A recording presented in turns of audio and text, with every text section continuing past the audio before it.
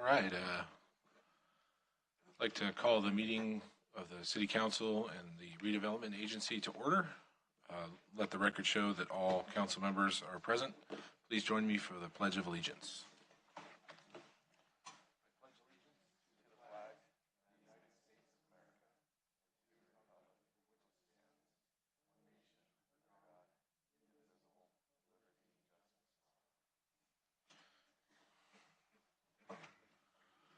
Are there any changes, additions, deletions to today's agenda? No, Mayor. Move to approve. Second. All in favor? Aye. Aye. Can I get a motion to approve the minutes of the September 5th regular meeting and the September 18th special meeting? So moved. Second. All in favor? Aye. Aye. Any opposed? Okay. Okay, move on to item number 2 under announcements and presentations. I have a proclamation declaring October 2017 as Domestic Violence Awareness Month. Is there anyone here to receive the proclamation? Hi, welcome. This is a proclamation of the City Council of the City of Healdsburg declaring October 2017 as Domestic Violence Awareness Month. Whereas the City of Healdsburg recognizes that domestic violence affects 1 in 4 families in our local community, and that the crime of domestic violence violates an individual's privacy, dignity, and security based on the systematic use of emotional, physical, sexual, psychological, and economic control and abuse. And whereas the YWCA Sonoma County is a community-based, not-for-profit organization affiliated with the YWCA USA, YWCA Sonoma County embodies its mission to empower, educate, and advocate for domestic violence survivors and their children who find that they are unsafe in their own homes. YWCA Sonoma County operates our community's own ONLY only confidential safe house shelter, the only 24/7 domestic violence crisis hotline, and the only therapeutic preschool serving one of our most vulnerable populations, children ages 3 to 5 years old. And whereas domestic violence is a serious crime that affects people of all races, sexes, ages, sexual orientations, and income levels, stopping the cycle of vicious criminal assault in the home requires a coordinated effort between the criminal justice system and the agencies that provide services to victims, primarily reliant on the strong resolve and immense courage of survivors. And whereas only a collaborative community effort will put an end to the cycle of domestic violence. Now, therefore, let it be proclaimed that the City Council of the City of Healdsburg hereby declares October 2017 in the City of Healdsburg as Domestic Violence Awareness Month, and members of the community are encouraged to participate in the YWCA's scheduled events and programs to support their mission to eliminate domestic violence in Sonoma County through awareness, education, and empowerment. I'll bring this up to you. Thank you.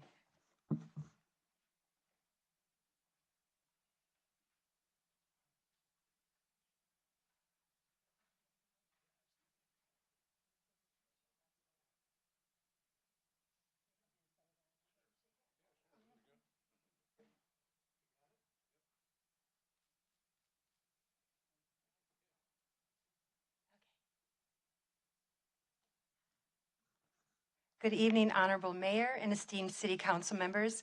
My name is Sally Srogue, and I'm a board member of YWCA Sonoma County.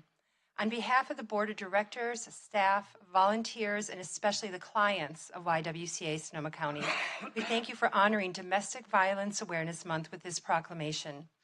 Established in 1975, YWCA Sonoma County is honored by your acknowledgement of mission to keep Sonoma County families safe from harm. According to the Center for Disease Control, on average, 20 people per minute are victims of physical violence by an intimate partner in the United States. Over the course of a year, that equals more than 10 million women and men. It's startling to realize that 1 in 4 women and 1 in 7 men will experience domestic violence in their lifetimes. Women 18 to 24 are most at risk, and only 55% of women victims will report to police. You don't have to be personally affected by domestic violence to know that it is a public crisis. So what are we doing about it? As the proclamation states, YWCA operates the only confidential safe house shelter. We also operate the county's only 24-hour domestic violence crisis hotline, 546-1234, where we receive thousands of calls for help every year. We run a preschool for children ages 3 to 5 called A Special Place. And here's why it's special. It is the county's only therapeutic preschool, which means we offer therapy services to young children, one of our community's most vulnerable populations, to work through. We've provided each of you with our domestic violence awareness calendar of events, and we invite you to join us during these many special events we have this month. We will be having a dinner and movie night on Summerfield Drive in Santa Rosa. We're thrilled to present a screening of the film, The Mask You Live In, sponsored by Kaiser Permanente at the Summerfield Cinema, October 26th, as well as a dine and donate at the Mary's Pizza next door. We invite you to wear purple on October 19th for Domestic Violence Awareness Day. Also, we invite you to look at the link at the bottom of the calendar and sign up for the Purple Purse fundraiser online. The more people we have signed up, the better chance we have of getting matching donations. Please join us at these events intended to help us increase awareness. Thank you for your time and your gracious attention to my comments, the proclamation, and everything your community does to support the YWCA's mission to end domestic violence. Thank you. Thank you. Okay, moving on to item number 3, council reports on matters of interest since the previous regular meeting. Councilmember Gold, would you like to go first? Well, I was in Germany, and I was there during their election, which was kind of interesting. I went with my friends to their farmers market and saw all of the 4 parties had their booths lined up at the farmers market, and their local candidate was there. And they were surprised to learn that that wouldn't be permitted at our farmers market, where politicians and dogs are not allowed. And I was surprised to learn that my friend, who's a state representative, was also still on his city council. That was kind of mind-boggling. I was picturing, Mike or Jim continuing to be on the city council while representing us in Sacramento. But their system's rather different. There's 35 council members, and I can fill you in on the details later if you like. Thank you. Councilmember Higley. Yeah, a couple things. The first one was at the last council meeting, if you remember, there was the offer for Ray to come watch Ray Hawley get inside a box of fire. So I took that offer up and went down and watched him walk into the flames with a fire hose and put it all out. And it's basically a trailer that is flames is for training, and it was pretty fascinating to watch. If they do it again, I highly recommend going. They have a computer readout so you can see what the temperatures are on the floor. I think was like 200 degrees. And so that's what you're walking into, and the amount of prep in terms of making sure that, his ear wasn't hanging out or something. It was getting ready took quite a while, but it was fascinating to watch. And then Councilmember Nayokas and I on the 20th did the chamber business tour. And it was very nice walking around town, talking to the local businesses and what they struggle with, and kind of tossing around ideas. And it was just good to get the interaction and actually being there and listening to what they're seeing on a day-to-day basis and kind of get into their shoes. Art After Dark, I can't say enough. I mean, what a great program. I had the kids that night, and we got there. I didn't even make it past where they were coloring the stones. I mean, I ended up hanging out there the whole time until it was time to go. Then on Saturday, I went to the Providing Temporary Shelter for the Homeless at the library, where, Mayor, you'll probably talk a little bit about it, but afterwards I had a conversation with Supervisor Gore about reaching out to insurance companies, and also, if we're looking to do something with commercial property owners, how can we need to be able to approach them with, here's the insurance packet, and here's the people that are going to manage it. And so we can kind of approach them with, it's almost like a tenant, the temporary tenant, if we're looking for a temporary housing solution with a commercial, if there's a vacant commercial building. So I'm sure you'll talk more about that, but it was great to sit there and listen. And, that's the great thing about being elected, is you get to go to these things and your brain starts to work, and based on your background and whatever. So And then the last thing was on the 27th and 29th, I was at the 2017 annual NCPA conference.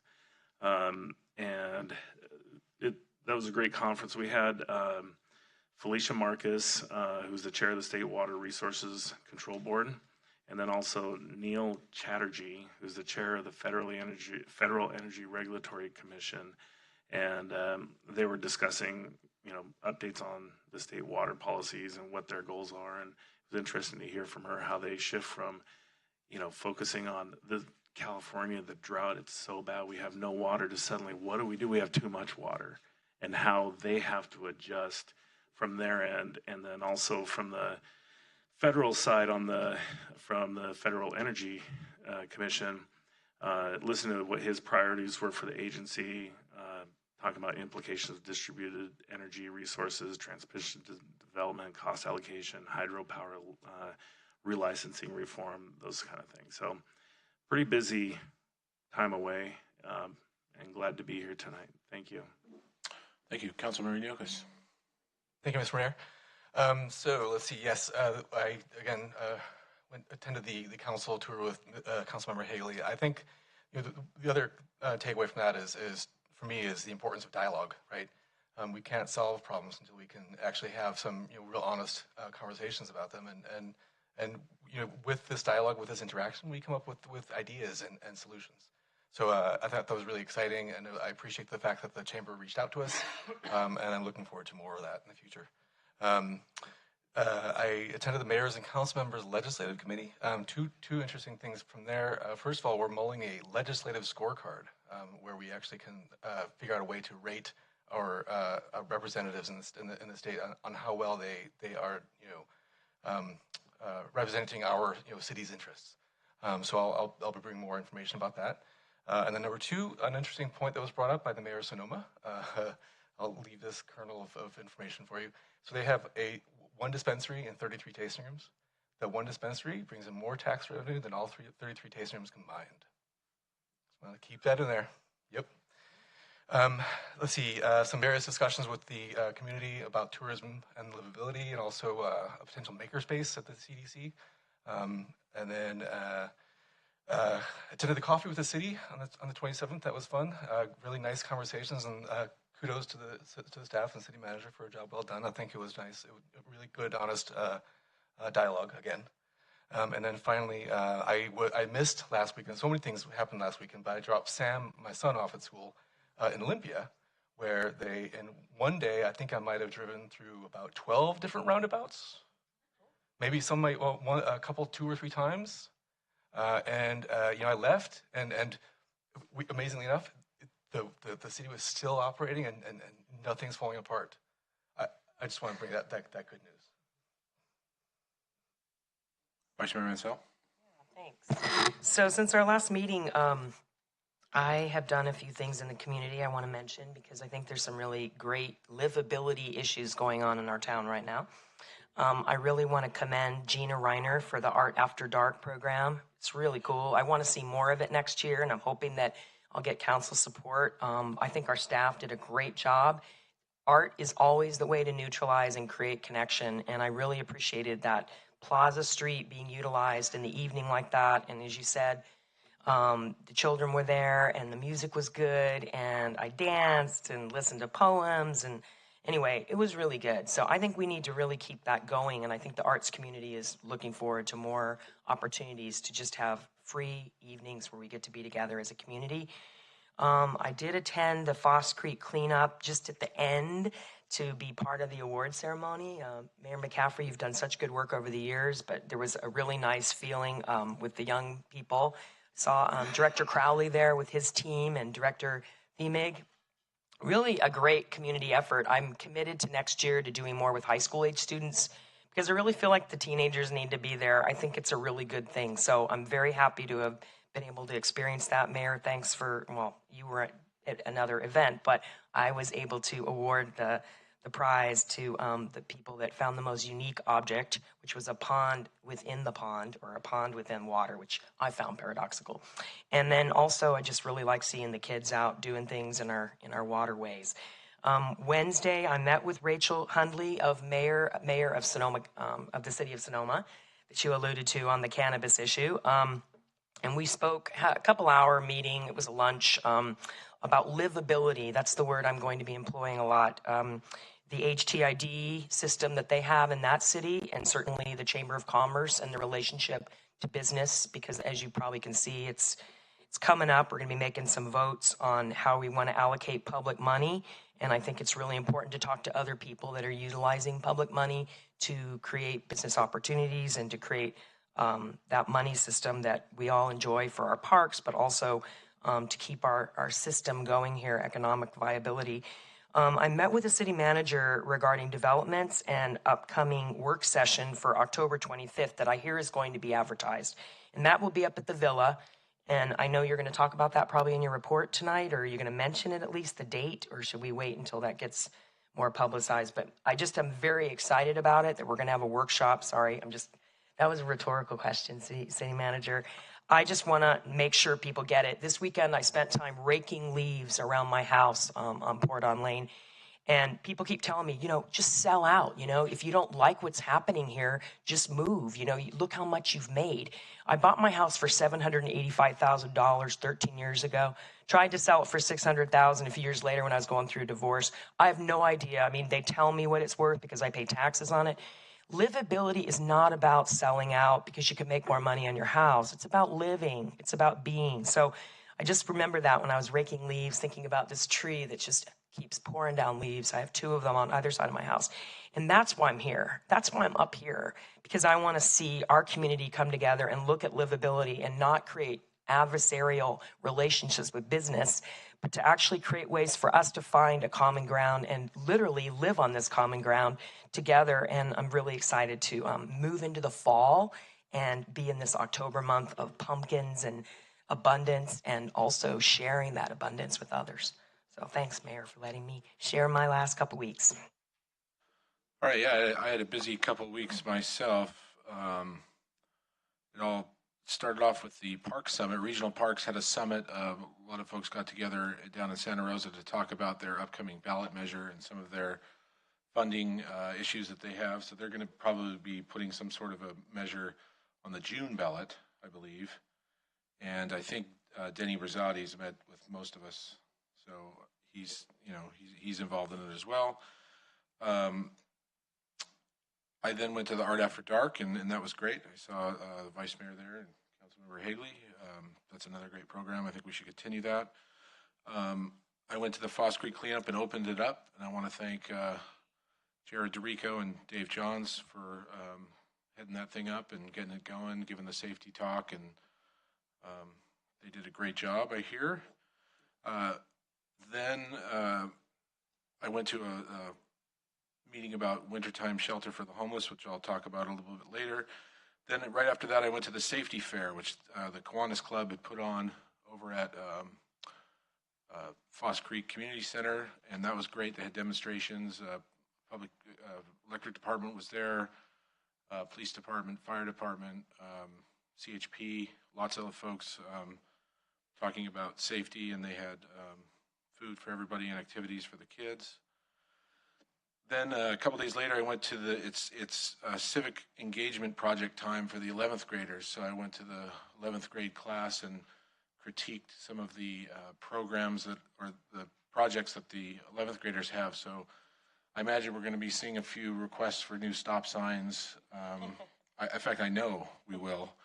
And there were some great ideas that they had, and I left my card there. So I'm expecting that I'll probably be pointing them to different people in the city staff to talk about. So when that time comes, let's see. Then the makerspace, looking at that, and then also I met with Helena Whistler, the new board chair of the Library Commission, and she reminded me that we do not currently have a library commissioner, so that's something that we should probably get going on. Maria, talk to you about that later. And then, so finally, over the last 3-4 weeks, I've been working with City Manager McHalian, with Supervisor Gore about coming up with a few options for wintertime shelter for the homeless. And so this all kind of started off because Gail Jonas had a meeting on Saturday, and I see former Councilmember Ploss in the audience. He was at that meeting, as was Councilmember Hagley. And, you know, Mike McGuire's chief of staff was there, Jason Lyles, and so he talked about it from a state level, and then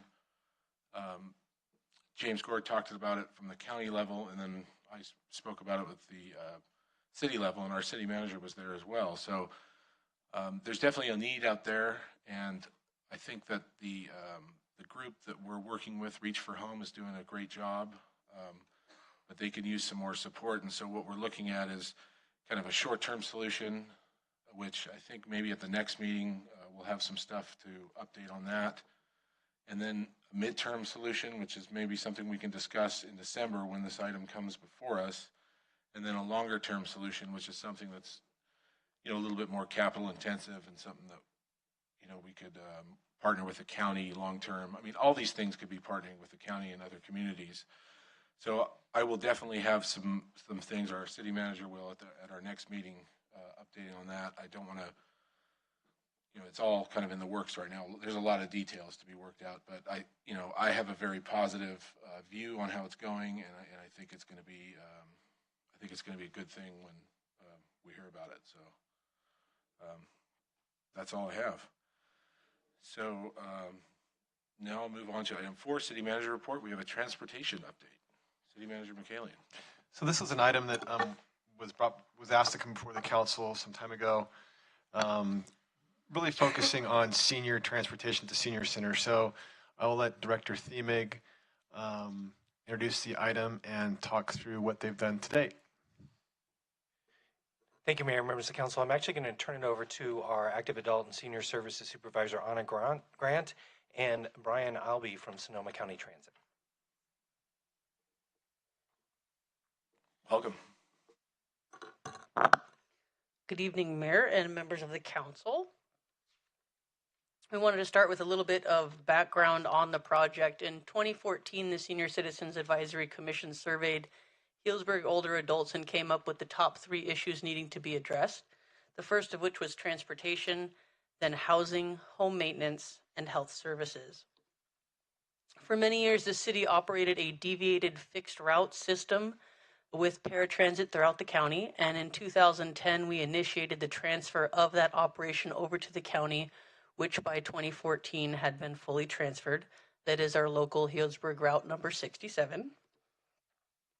Recently, the Senior Citizens Advisory Commission created a transportation subcommittee to study the issue and has worked closely with the Area Agency on Aging's Transportation and Mobility Subcommittee with the goal to study and learn more about transportation options, including potential service changes to Sonoma County's transit program that's currently available in Healdsburg. Some of the models that we've been analyzing include a volunteer driver program, for pay or on-demand programs such as Uber, Lyft, Women Driving Women, Chariot, Taxi, as well as Sonoma County Transit and enhancements to that program. The volunteer driver program would be an on-demand program. It is utilized in other communities throughout the area and county. The Area Agency on Aging Planning Group, which is a local group that's been working on transportation for older adults, has secured grant funding through Caltrans that would help fund this. And we would be able to utilize an existing volunteer program here, the Neighbors Network of Healdsburg, or we could also partner with existing driver programs such as Petaluma People Services and Catholic Charities for the volunteer driver program to be successful. One of the questions that still needs to be addressed is the risk and liability concern when you're using volunteer drivers. The other option that we're looking at would be for pay or on-demand services. That's the Uber and Lyft options. These are technology-based options, which at times can be difficult for seniors and older adults to utilize without the smartphone option. However, There are now some call-in options, so non-app based. You could use a regular touch-tone telephone to call in. Lyft's operator service is available only to Great Call customers. So those are customers that have the Jitterbug phone, which is that 4 or 5 button phone, which is very senior friendly. The Uber operator service is through 24-hour home care, which is called Ride with 24. It is available to the public, and it is a toll-free number. And additionally, another excellent service is GoGo Grandparent, which works, fun name, it works with Uber and not only drives passengers, but it does have the option to deliver food and groceries with an additional surcharge. Excellent service.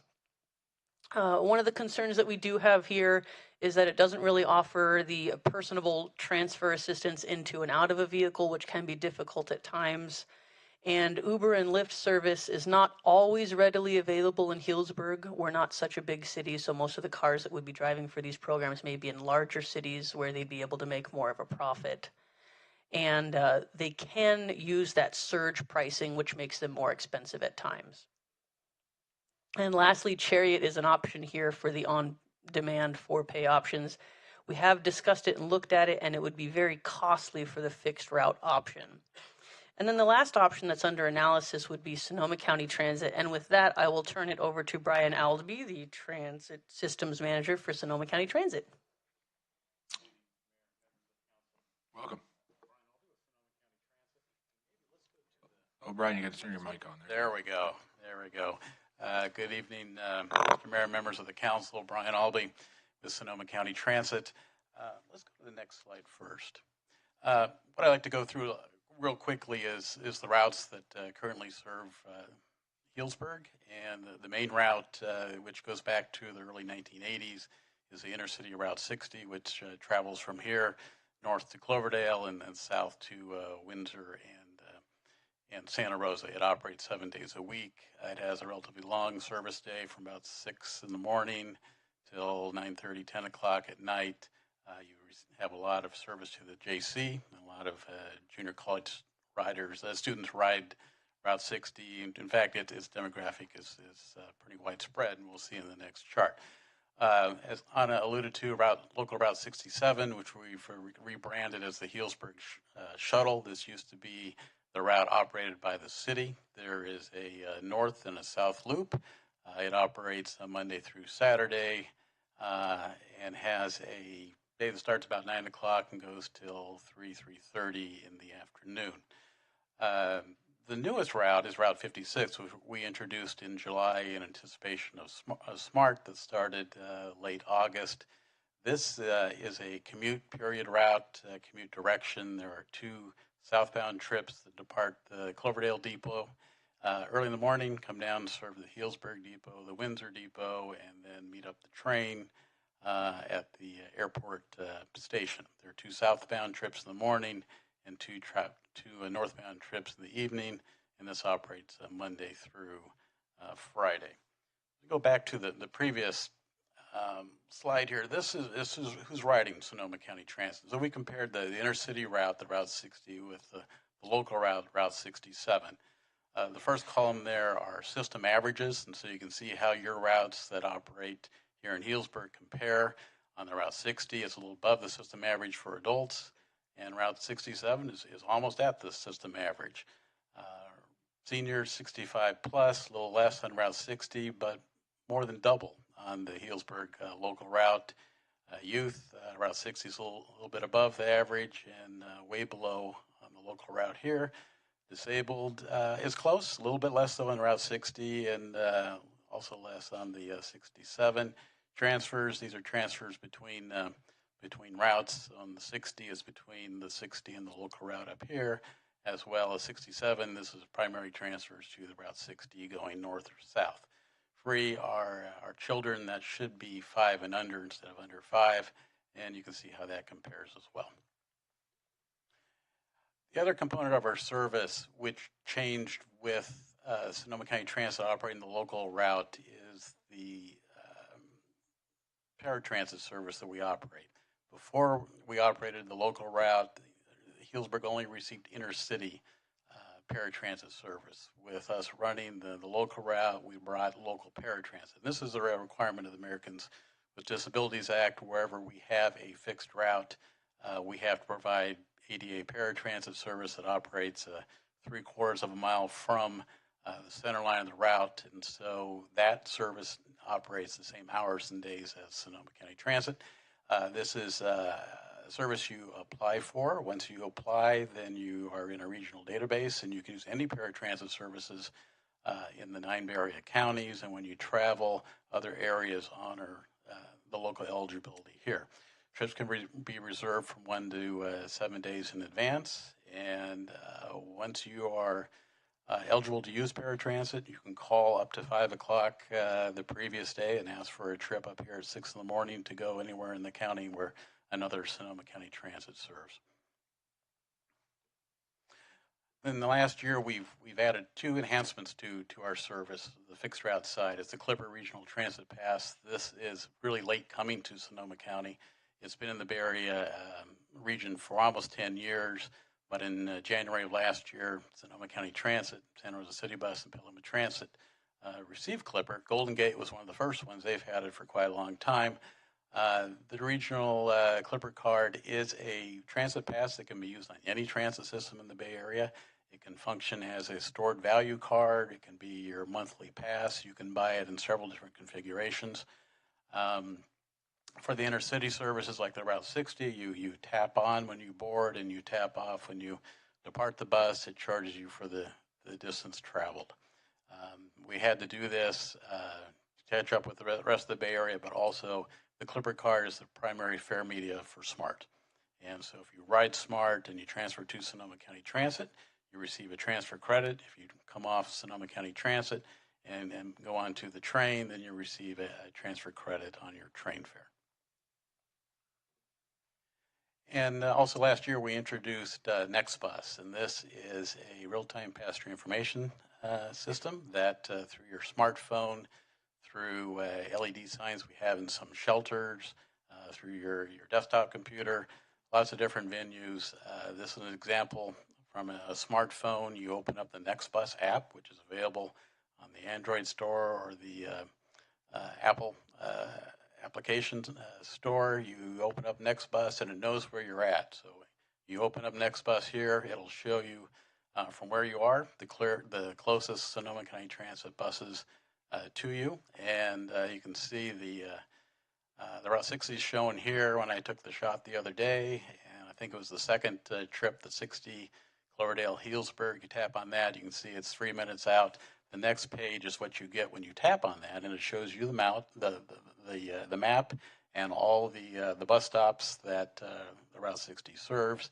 And also, if you scroll up, you will see where the bus is currently at. And so this kind of takes some of the anxiety out of, did I miss my bus? Where is my bus? If you're waiting at a stop, you can see exactly where your bus is at. So those are the 3 options that we have had under analysis, and this is where we are in the process right now. During the months of June to July, we onboarded the new Active Adult and Senior Services Supervisor, myself, on a grant to work on transportation options for older adults. And in August through November, we've been having focus groups with Sonoma County Transit, and we've been working with the Senior Citizens Advisory Commission to finalize analysis to recommend future options. So we are hoping by this winter to make a recommendation to City Council, and by winter of spring of 2018 to have implementation or request additional funding through the budget process if needed. Lastly, before I open it to discussion, I just wanted to mention I have this wonderful flyer for free bus rides for seniors during the month of October. I do have these flyers on the back table, the entrance table for when you come in. The City of Healdsburg, in partnership with Sonoma County Transit, will be offering free rides during the entire month of October to any seniors age 65 or better. And we are welcoming feedback. We have a hotline there where people can call or text in with their feedback on their ride. We're using Google Voice applications to be taking that information. We will get all of that information together and analyze it together with Sonoma County Transit to see what people's recommendations or feedback was on their ride. Any questions? questions from council? Councilmember Neokis? Thank you, Mr. Mayor. Yeah, I've been involved with the Senior Advisory Commission and aware of your work. So again, I said it before, but I'll say it in front of everybody. It's so exciting to see you guys working together to improve transportation access, and particularly public transit. And so I'm a big fan of public transit. So please, I'm going to ask some questions and take them lovingly. I have two specific questions. First of all, going back to the statistics of the ridership, and seeing how we've got seniors having over twice as much of twice the adoption usage as system wide, whereas youth is a third. I guess my question is, I understand that your mandate is in the context of the seniors and that demographic, but I'm also wondering, if you really want to expand the adoption of transit, we should be offering free rides to youth. Have you thought about that? Has not come across. It's definitely something that I think we can address and include. Okay, that would be my feedback. And then my second question is, I know that transit in general is well challenged, frankly, by the rise of on-demand, door-to-door transportation options like Lyft, like Uber, that kind of thing. And we've had discussions before where that you're kind of constrained by federal and state regulation on that. Is that something that would it be helpful for the county transit for electeds like us to reach out to representatives at the state and local and federal level to maybe look at making those rules a little more flexible to help your? Sure. I think there's a lot of interest throughout the region of Uber, Lyft, and how it can complement fixed route transit. We're doing a similar look over in Sonoma Valley. We're looking at the local service there. We're early slated to do that next summer. And out in the rural areas, out in the river area as well, people getting to transit. And in fact, I'm going to a national conference next week where I see on the agenda there is a lot of talk about the transportation network companies and how to work with them and Uber and Lyft and what some communities across the country are doing. So I think when we report back to the council in the future, this will certainly be an area of discussion, and we'll give some options or some case studies that we've seen elsewhere in the country that may apply here and worth some future consideration. Thank you. Vice Mayor Mansell? I just want to welcome Anna in this position. I really appreciate you taking the position. We have an amazing legacy over there at the Senior Center, and I'm just so grateful for your interest in this particular topic. As you know, we met August 9th, and my focus has been actually to localize this for our seniors, because this is what I've been hearing for the last couple of years. It's just more than that, but is that we need to improve. And so we have some people using it, but there were some really pointed questions that I think Director Thiemig wrote for our August 9th meeting, and I hope that we get back to those questions.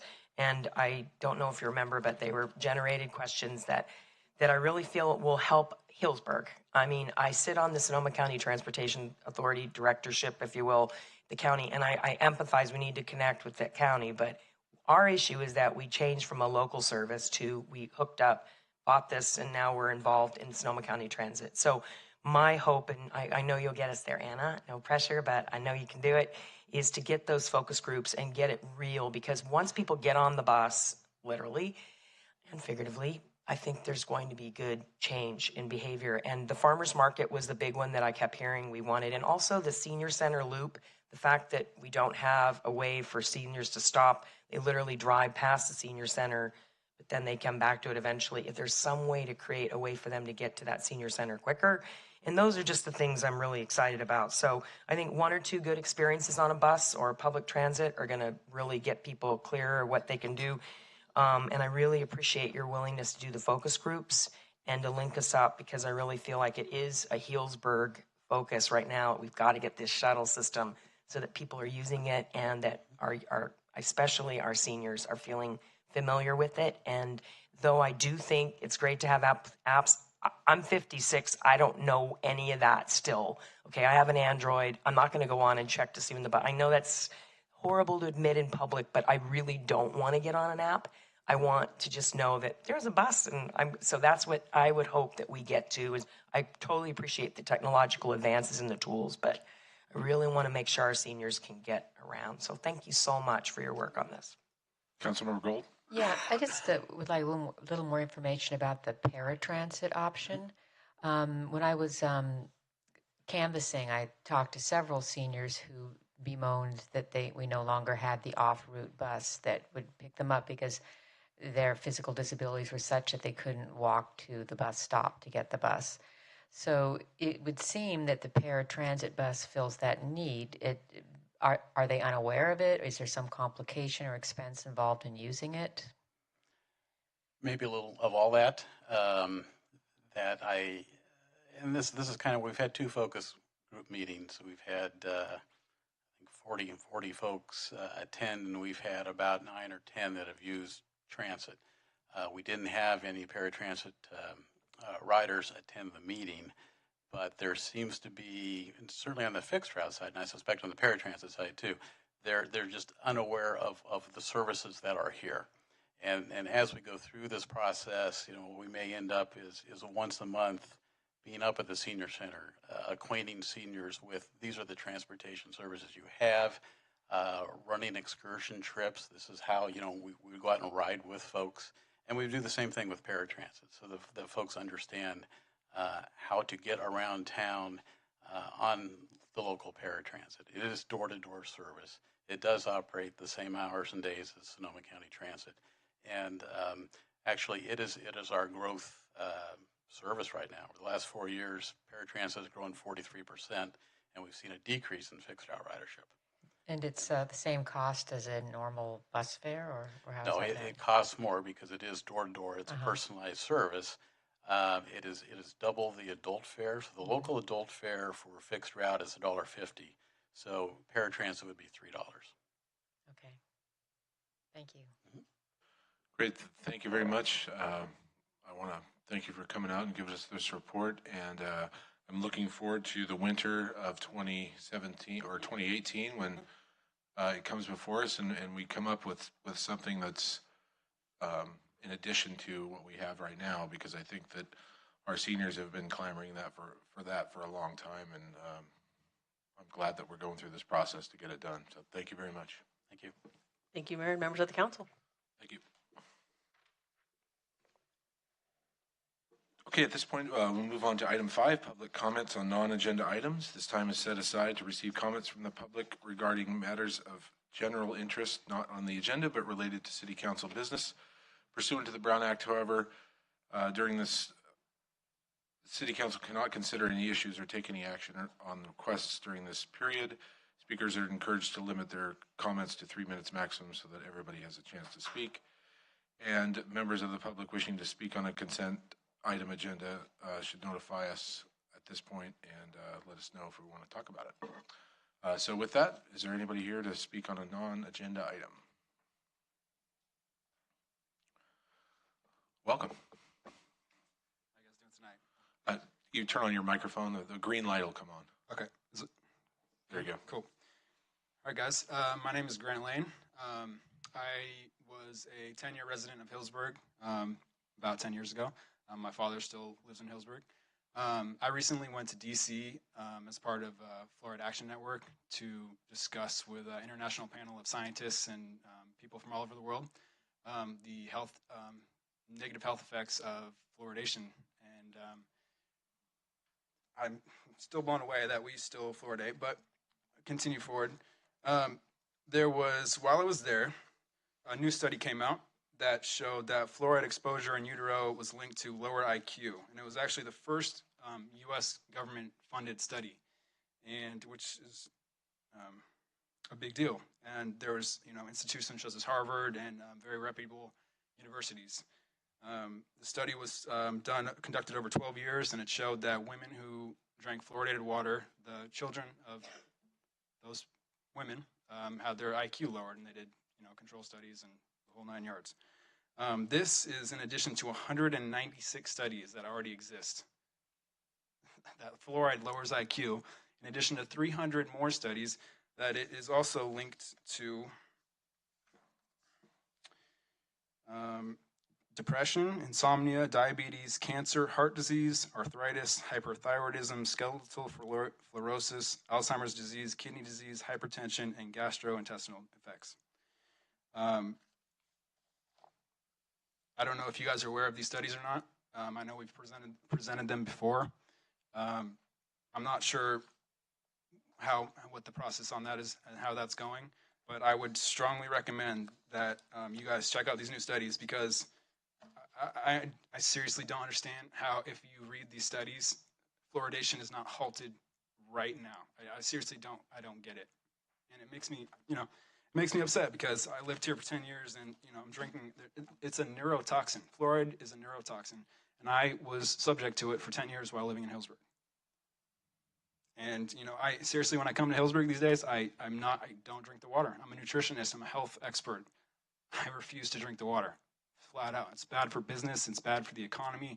It's bad for livability in Healdsburg. It's just not a good thing. So you guys, I strongly urge that you, the studies were emailed to you. I can also give you a copy of the new studies if you guys are interested. If you want to leave it with the city clerk there, that'd be great.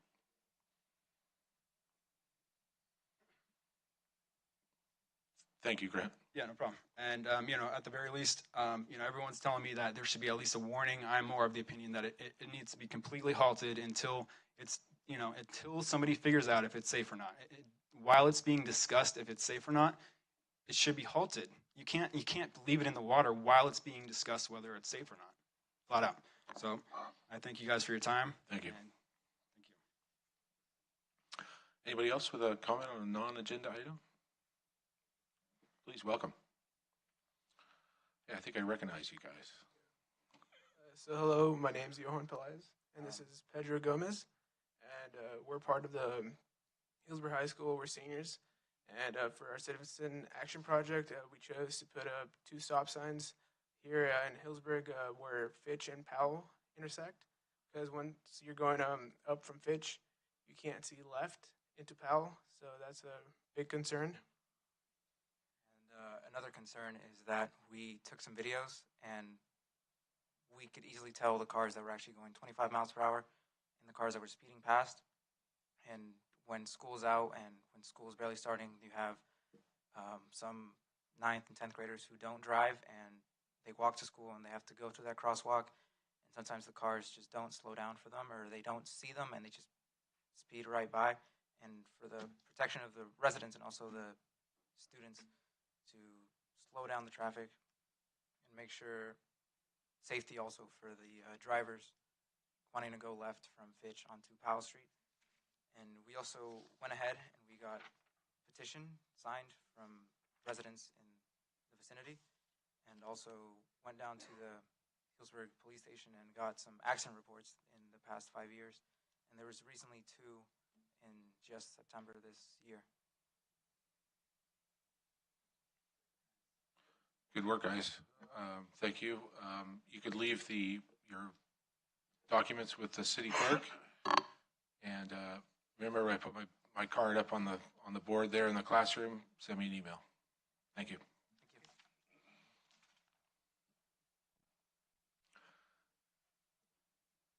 Anybody else with a comment on non-agenda item?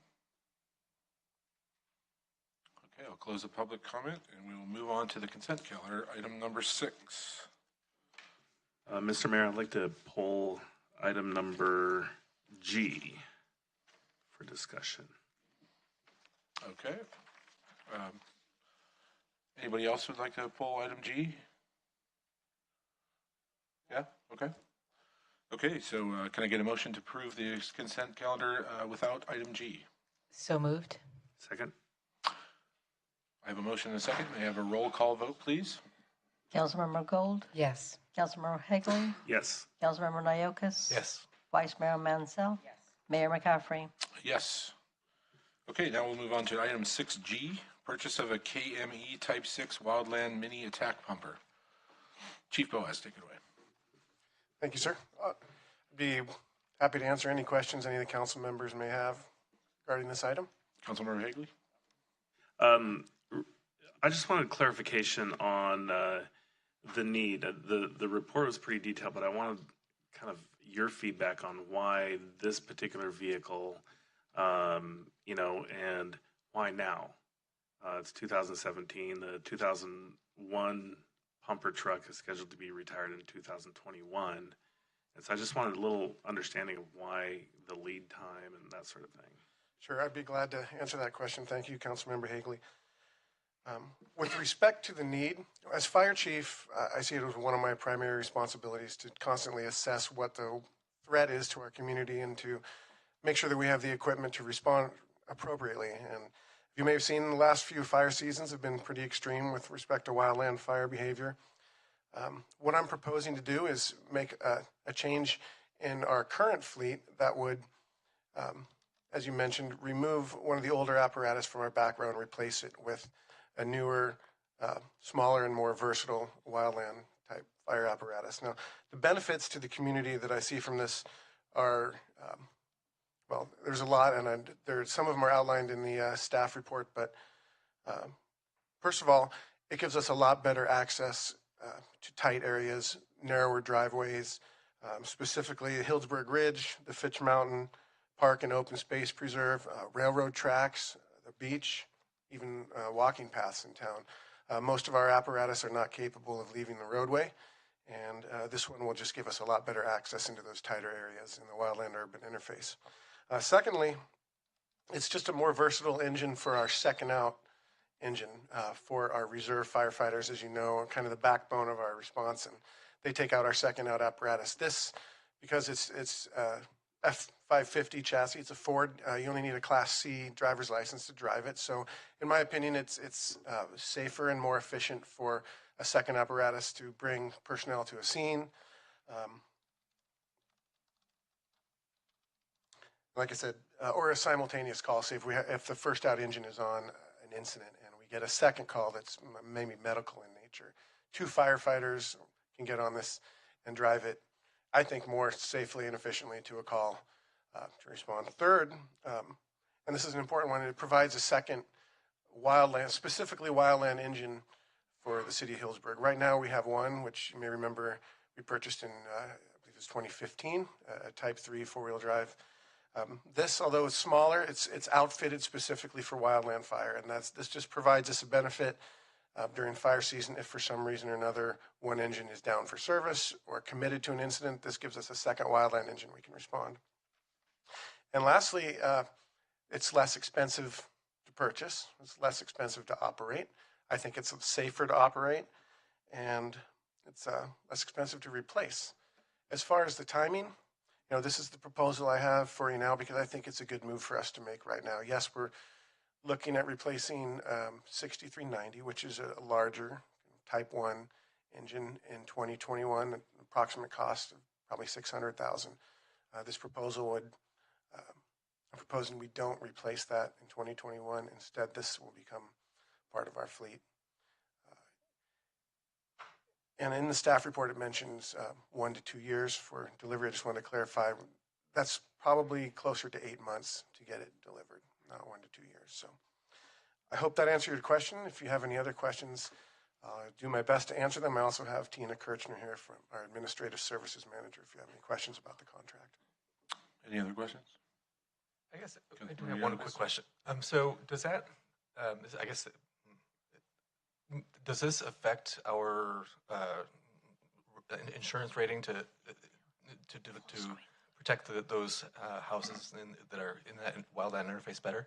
Yeah, well, that's a very good question. And as far as insurance rates, we have an ISO rating of 2, which we maintain. This shouldn't affect our ISO rating at all. Our fire flow is met by our other engines. As far as benefits to the community, yes, there could be some, but I think that was probably a question better answered by the insurance companies themselves if they called us and asked us questions about our response capabilities, which often happens, and we can respond to those on an individual basis.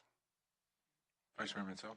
I just want a point of information. So on a consent agenda item, City Manager, how much money can you spend on a consent agenda item? Do we have a fixed rate of how much we actually can? I mean, just I'm trying to understand, get my head around, so we can actually on a consent put a $250,000 item that we've never talked about. I just wonder for procedure. I'm just trying to get like, what's our number? So we've actually had consent items for significantly more than this amount. So I don't think the amount has been discussed. It's been more as this a typical purchase, and this is a vehicle replacement. So the assumption was it's a normal item. If council wants to take a look at protocols for consent items, we'd be happy to do that at a later date. Yeah, I was just curious about that because when I looked at it, I went, wow, that's a lot. And I definitely want the best for our citizens and I want safety and I definitely trust what you need is what you need. How many fighters or people can be on this particular engine? That's another good question, Councilmember Mansell. This engine is it's a Ford F550 chassis, four-wheel drive, similar to some of the other city utility vehicles. It can hold up to 4 personnel. So 4 people? And then the other question is obviously there's an increase in the amount. So I was just curious, that's because, and we're taking it out of another fund, right? I'm going to defer that question to our Assistant City Manager, Ippoliti. We have a vehicle service fund that every year we put money into for vehicle replacement. So, and then the fire department also has some equipment replacement money that it received through the Measure V funding that's been set aside. And so what we're going to do is the proposal is to use that $45,000 of prior funded Measure V funds plus the vehicle service fund to purchase this vehicle. And then when, after this vehicle is received, we will surplus the other one that will also go back into the vehicle service fund to fund that fund back for future fire department purchases. It says $50,000 is all the other one's going to be worth now? It's an estimate. Who would want it? Yeah, I think there's a lot of departments. There's a need in a lot of departments for an engine. If we didn't fund it, then it would continue to be, continued to be a viable resource. It's just we're getting ahead of the gang. 2021 is the year that we're all focusing on. We had talks about water this morning, or earlier, before this meeting began, and I'm just wondering 2021. So you're saying let them start building it, let's spend the money, let's move forward and get what we need for this engine, and you really believe we need this? That's correct, yes. Will the delay in the replacement of 6390 work out in the vehicle replacement fund to kind of absorb this? Yes, I have reviewed the department's vehicle service fund and their needs over the next 5 to 10 years, and this is a purchase I'm okay with. Okay. More comments or questions? Certainly offer a resolution. We already did the consent calendar with the public. Yeah, I'd like to offer a resolution adopting. Let me turn this up. I'd like to offer a resolution of the City of Healdsburg approving the purchase of a KME Type 6 Wildland Mini Attack pumper in the amount of $242,690, authorizing the city manager to execute a purchase contract with Houston Galveston Area Council and related change orders to 5% of quote, and approving an increase in budget appropriations from the Vehicle Service Fund in the amount of $254,825. Second. I have a motion and a second. May I have a roll call vote, please? Councilmember Gold? Yes. Councilmember Hagley? Yes. Councilmember Naokis? Yes. Vice Mayor Mansell? Mayor McCaffrey? Yes. The resolution passes. Okay, moving on to item 7. We have no public hearings tonight. So on to item 8, old business. 8A, we have fiscal year 2016-17 City Council goals, 4th quarter update. City Manager McKillian. Mayor McCaffrey, council members. So this is a recap of last year's goals, which obviously concluded at the end of June. So we've had a chance to review the success of those and some of the challenge with them. And Assistant City Manager Ippoliti will give council a recap of how we fared on the 16-17 council goals. Good evening. Heather Ippoliti, Assistant City Manager. Tonight, we're going to talk about the strategic initiatives that are there to help guide us with our city council goals and a status as of June 30th, 2017. As mentioned before, the Pathway to Sustainability 2014-19 City of Healdsburg Strategic Plan was created in 2013. It guides the city when creating its goals. It's essentially a 5-year plan.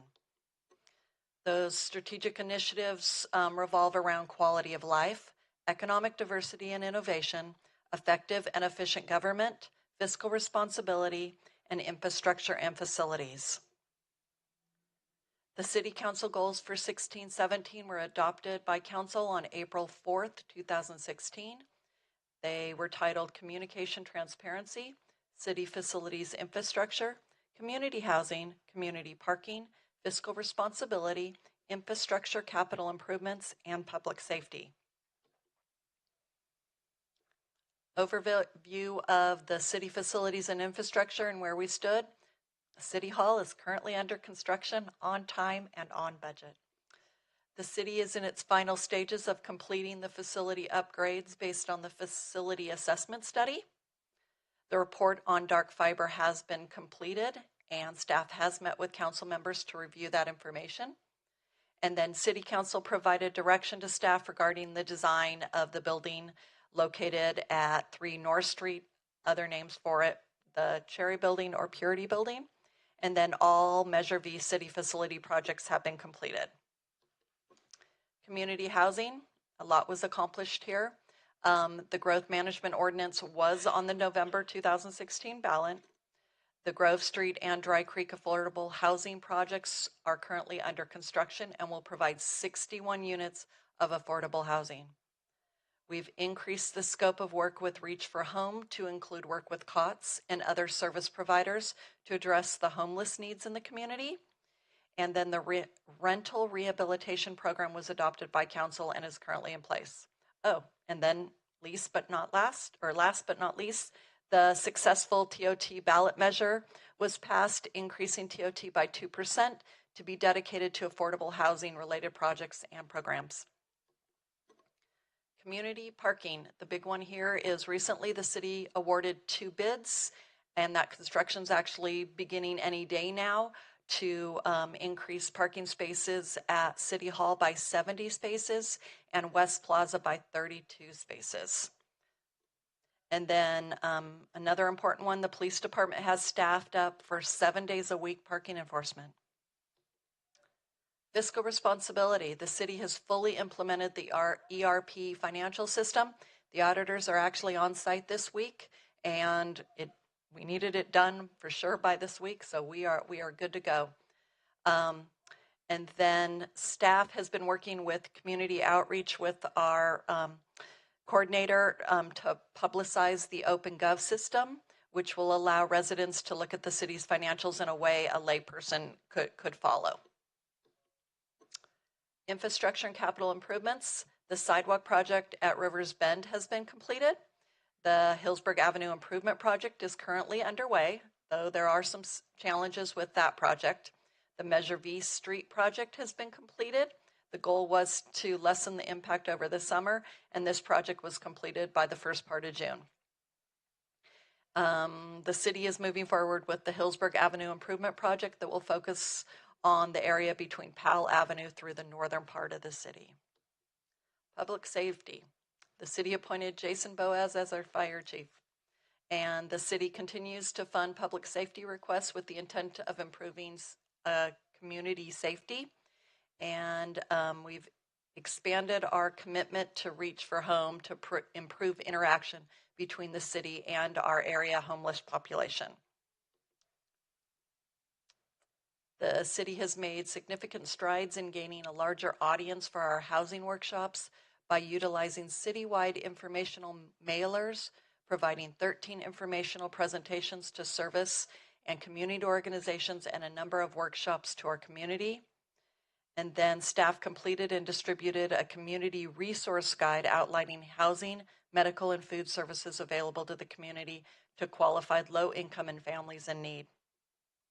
Other transparency and communication successes, including the city adopting internal social media policies, whereby these policies are currently under review by the full-time community outreach coordinator. The intent is to create a more interactive experience between our residents and staff. And that community outreach coordinator is charged with creating a community-wide communication plan. Any questions regarding that overview? Very quick overview. Any questions from council? No, thank you. Thank you. So this is more of an update on the goals that we had set for the previous year. And I'm curious, when is our next goal session that we will be looking at goals going forward? So staff will be bringing back an update of the current goals within the next month. And then we'll be going into goal setting session, obviously, in the spring of 2018. City manager, one of my big things in my classroom is reflection, and it kind of builds in, after something happens, looking back on it and gleaning what we can.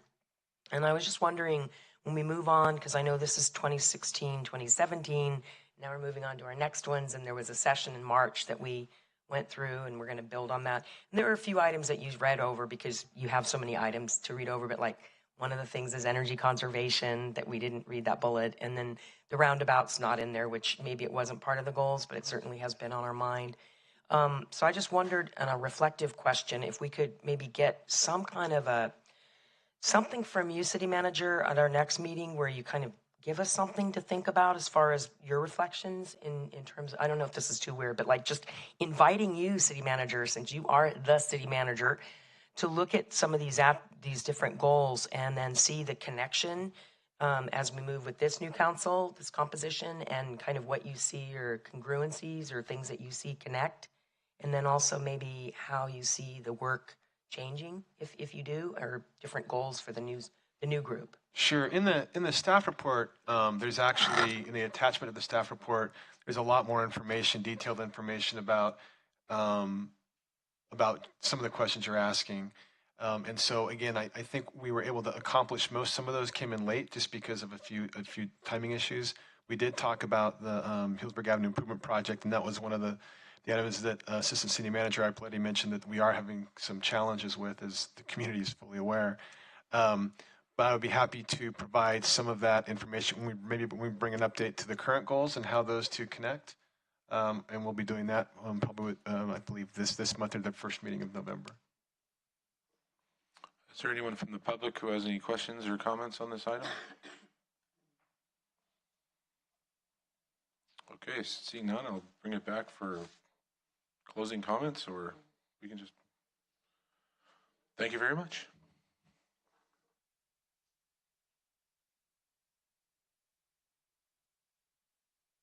It's a little chilly in here. Is the AC working overtime?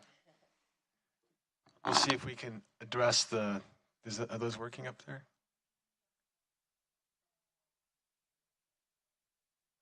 We're on it. Thank you.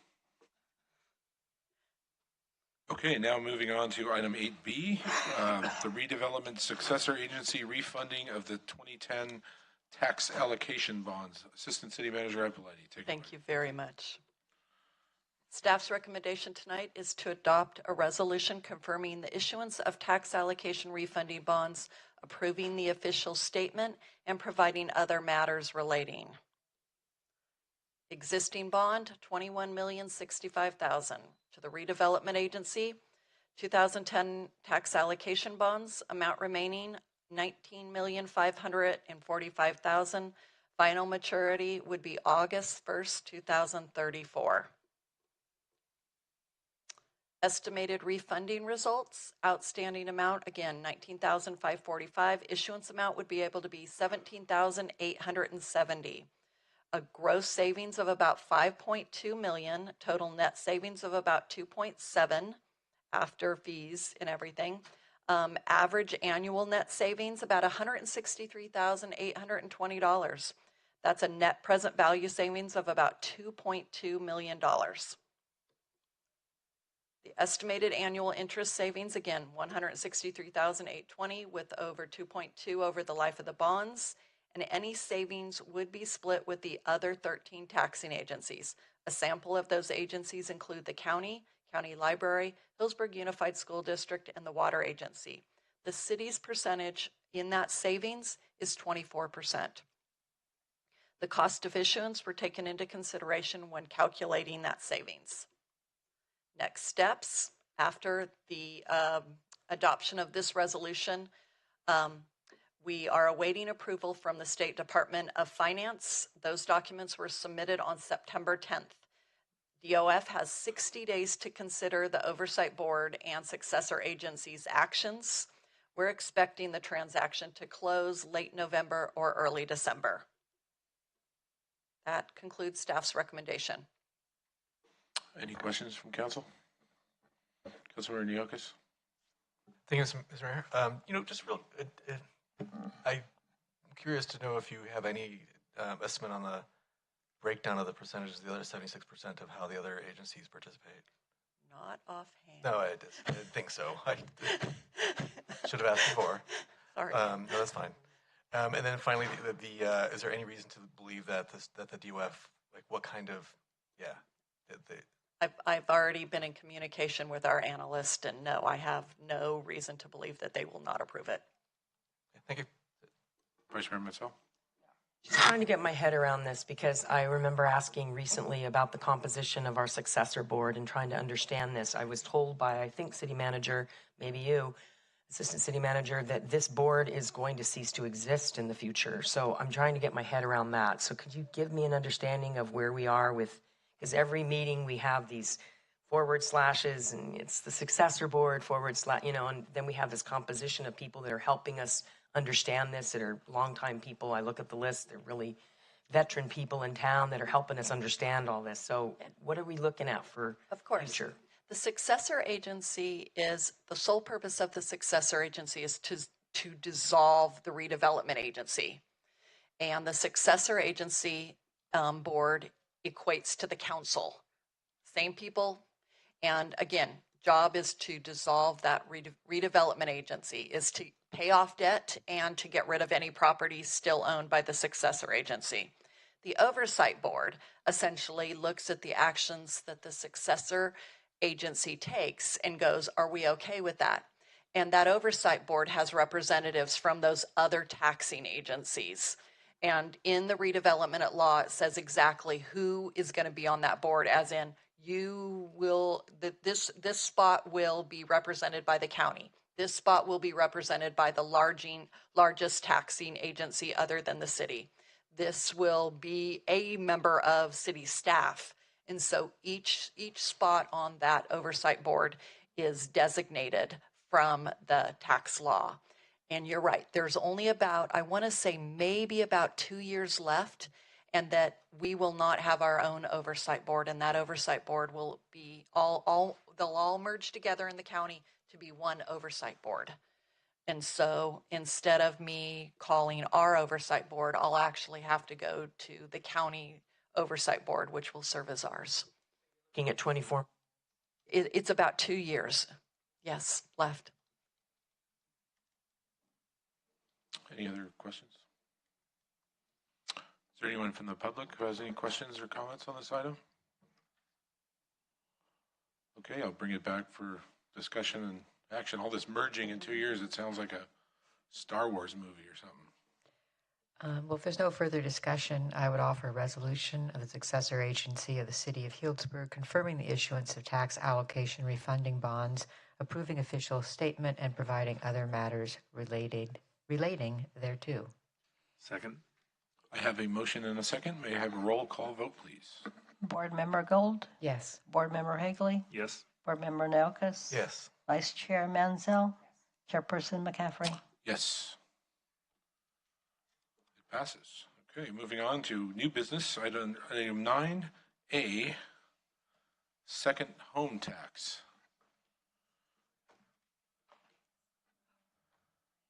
City Manager McKinley. Thank you, Mayor McCaffrey, council members. So just getting the PowerPoint squared away real quick. Thanks.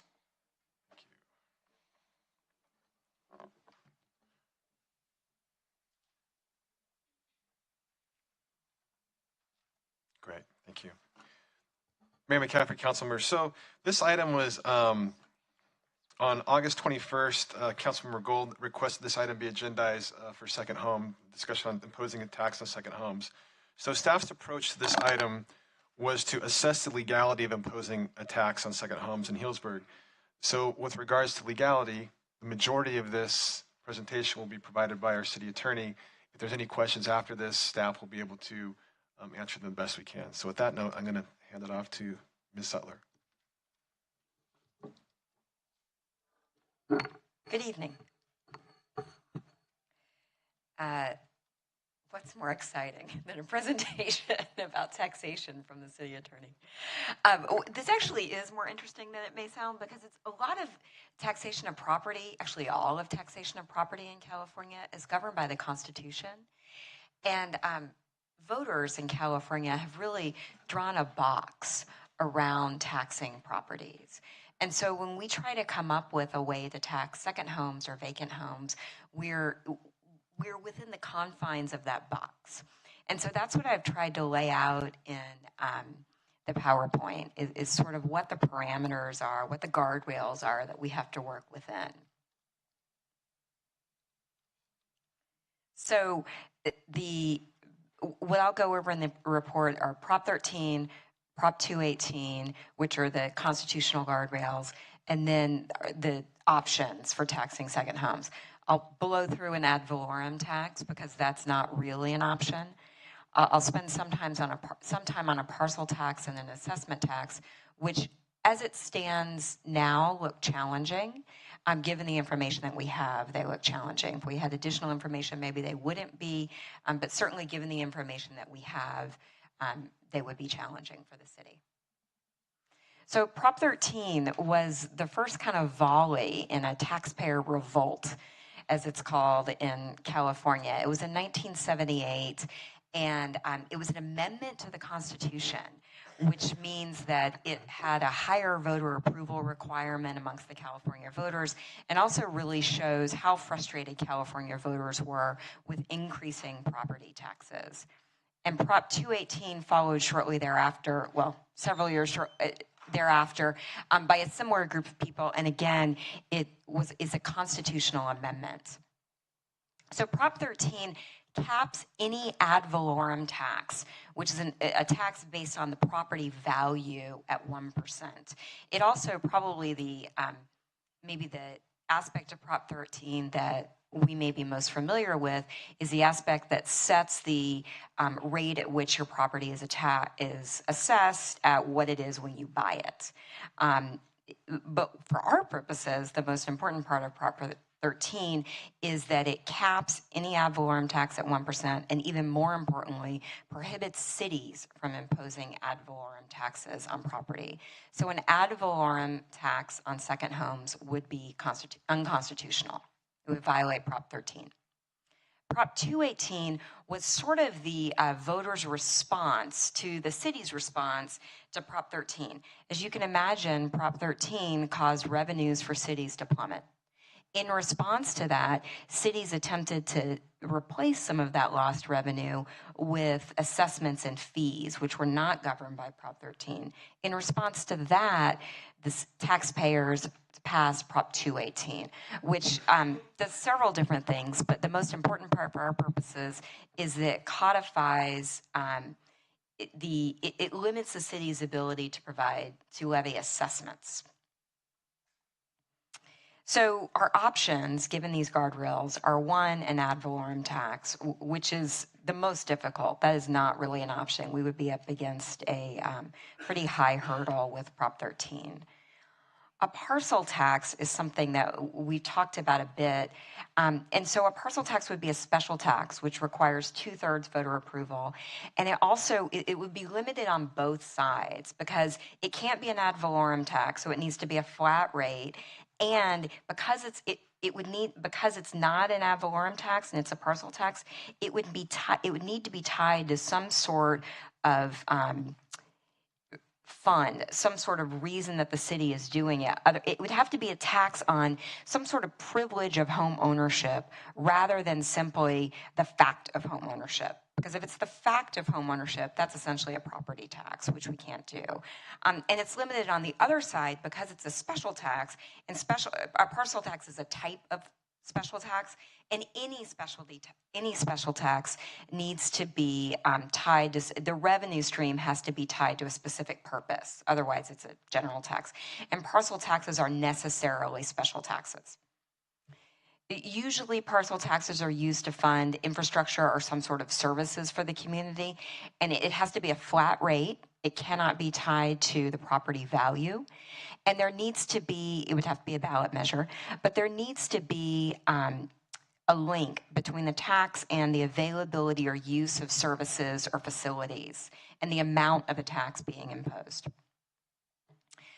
The third option would be an assessment, which, similar to a parcel tax, needs to be tied specifically to a particular purpose. It's different from a parcel tax in that it doesn't need to go to the voters.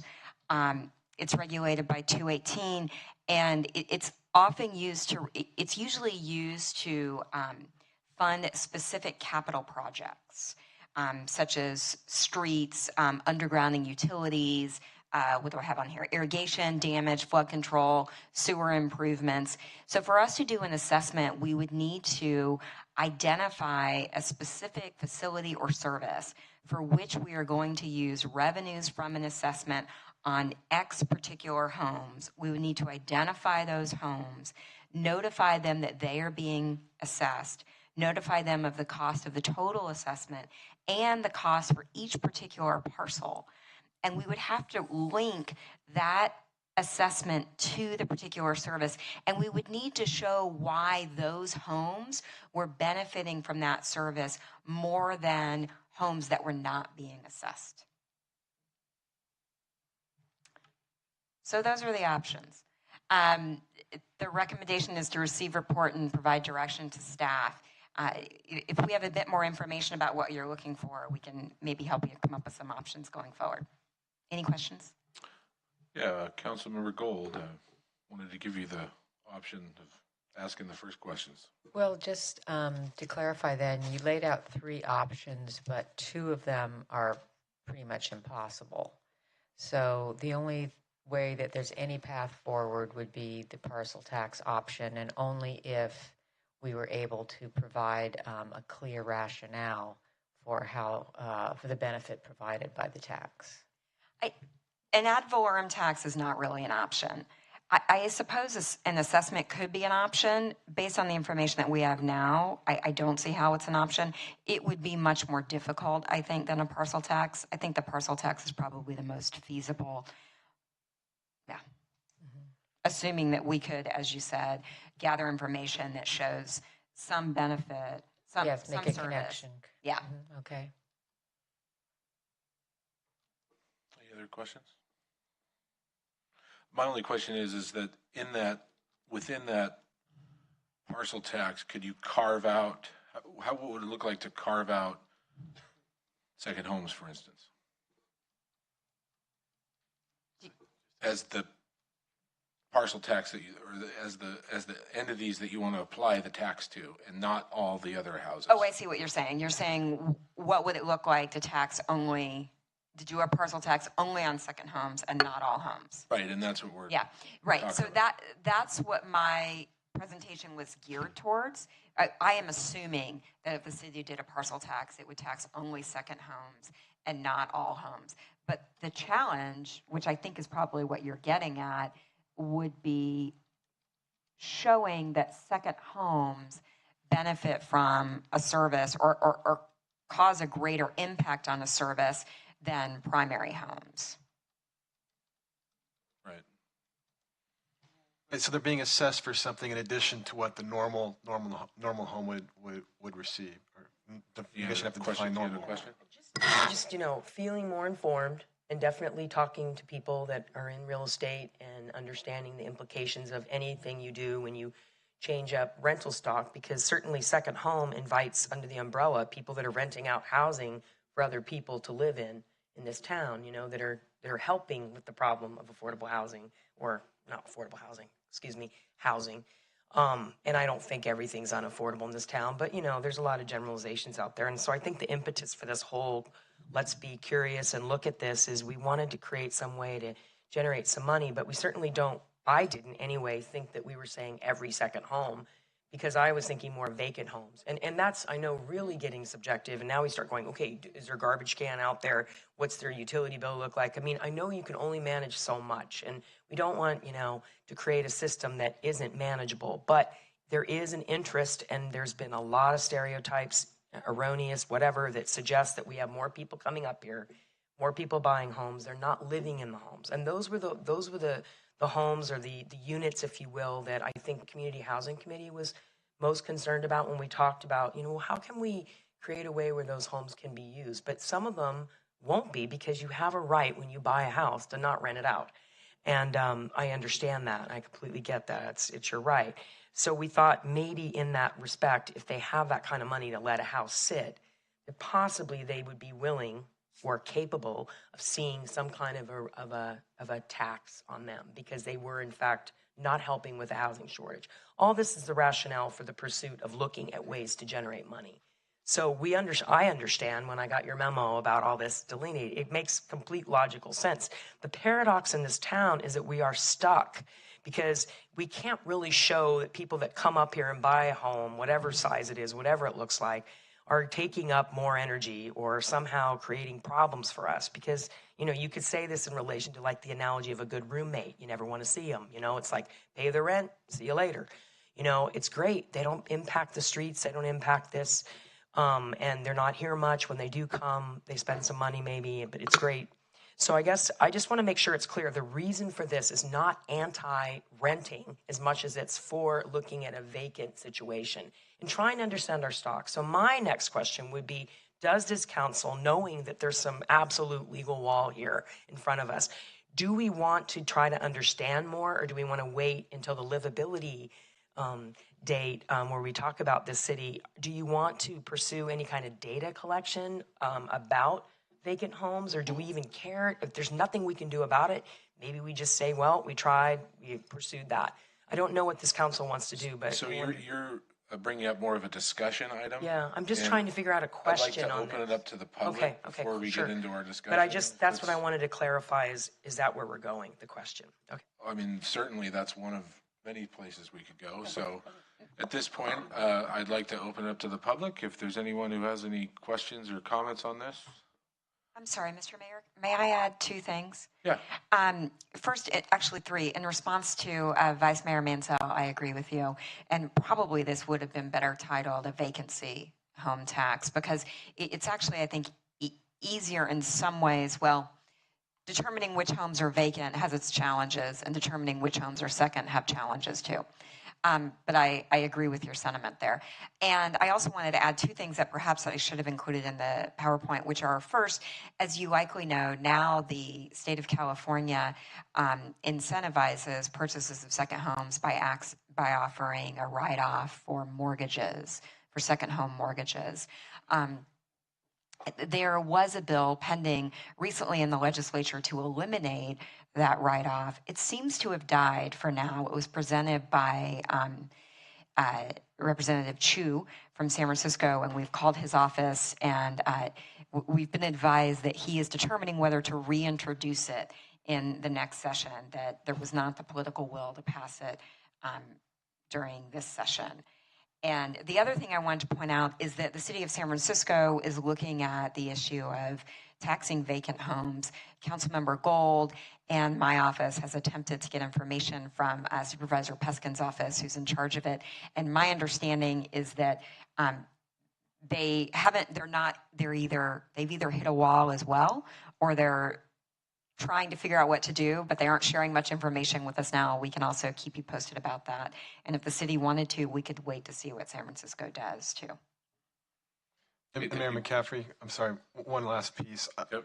I think it's important to note that when staff took this item to review to bring back to council, we were very limited in our looking. We looked at the legality of it. By no means are we discounting the livability issues which this community is facing.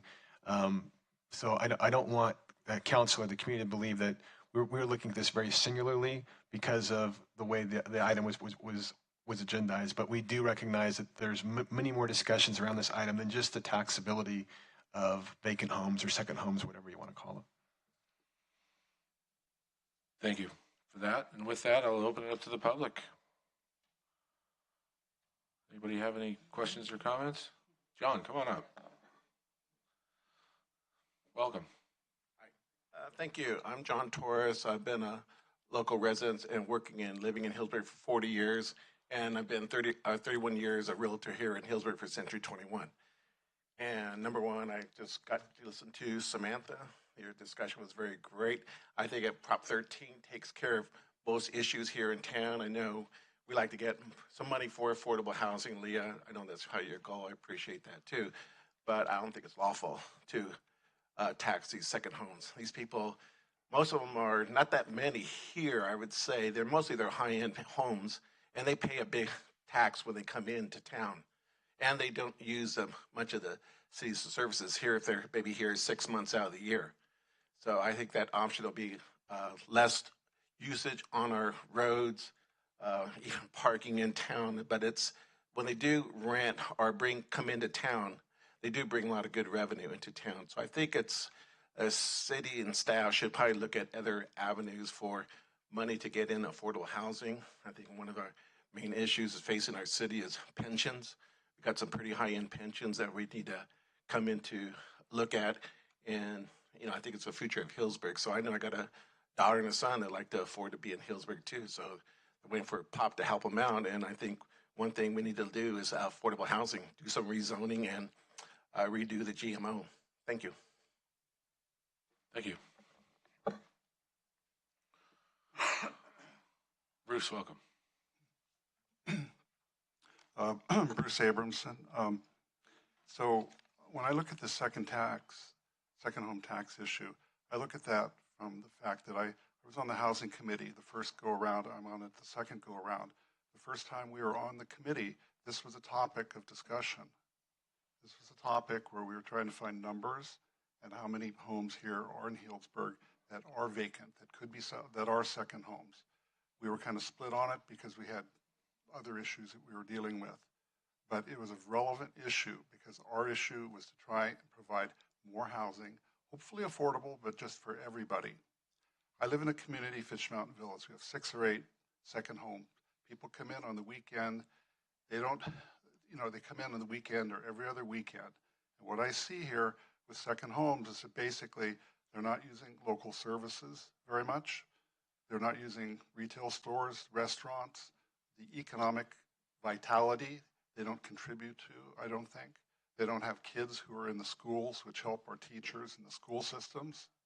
They don't provide themselves as patients to the hospitals.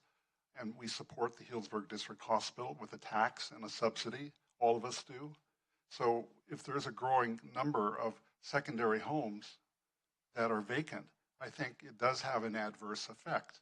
You have to look at what are they not contributing, not that are we going to build a capital improvement structure through the parcel tax, but I think you have to look at the negative side of this.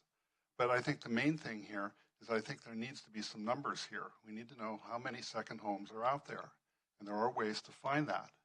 It would help us on a housing committee later on down the road when we can deal with this issue. But it was something that a couple of council members here are aware of for that. So I would recommend that you try and find a way to establish, the number of rental units, the number of second homes, and let's look at that data and then also see what other communities have done with it. But I think we all want to look at this. We don't want to have a hollowed out Healdsburg where, every 5th, 8th, or 10th home is a second home and people are not contributing. We want people who are owner occupants. We want people who are long-term rentals. And any way we can encourage that is a good factor. So I think the movement towards looking at this as a second home, as a tax or otherwise, is a good move. I mean, there are issues potentially with this, but I think you have to look at what are the negative impacts of that people who are not occupying these homes. What is it doing to the city? Thank you. Gary, welcome. Good evening. Council. Gary Ploss, 1032 Langhart Drive. I wasn't going to speak, but I think there should be a couple of corrections from the last speaker. First of all, the schools are basic aid. They get their money from property tax.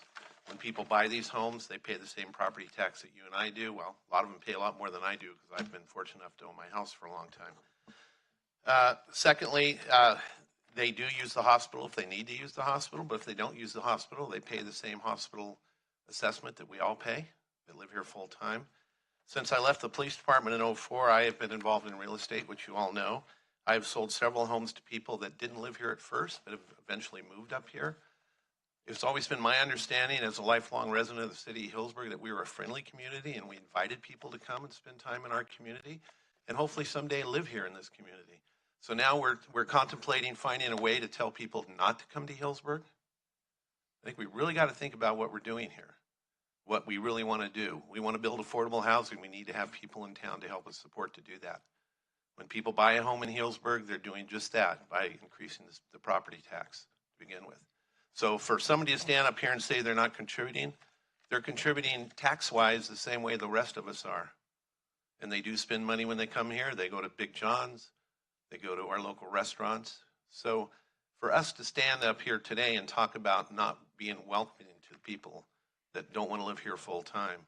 I have people live right next door to me on Langhart Drive. They live in San Francisco. They're a young couple about in their mid-40s, wanting to start a family. They're up here every weekend. Is that going to be enough to satisfy this council if they're here every weekend? Or if they're gone 4 or 5 days a week, then we're going to tax them. I think we really got to think about what we're doing here and remember what this community is all about. It's a small town. It's a town that welcomes peoples and welcomes family. And for us to take the time, or for us to even think about wanting to tax them and discourage them from coming to Healdsburg, I think is wrong. Thank you. Thank you.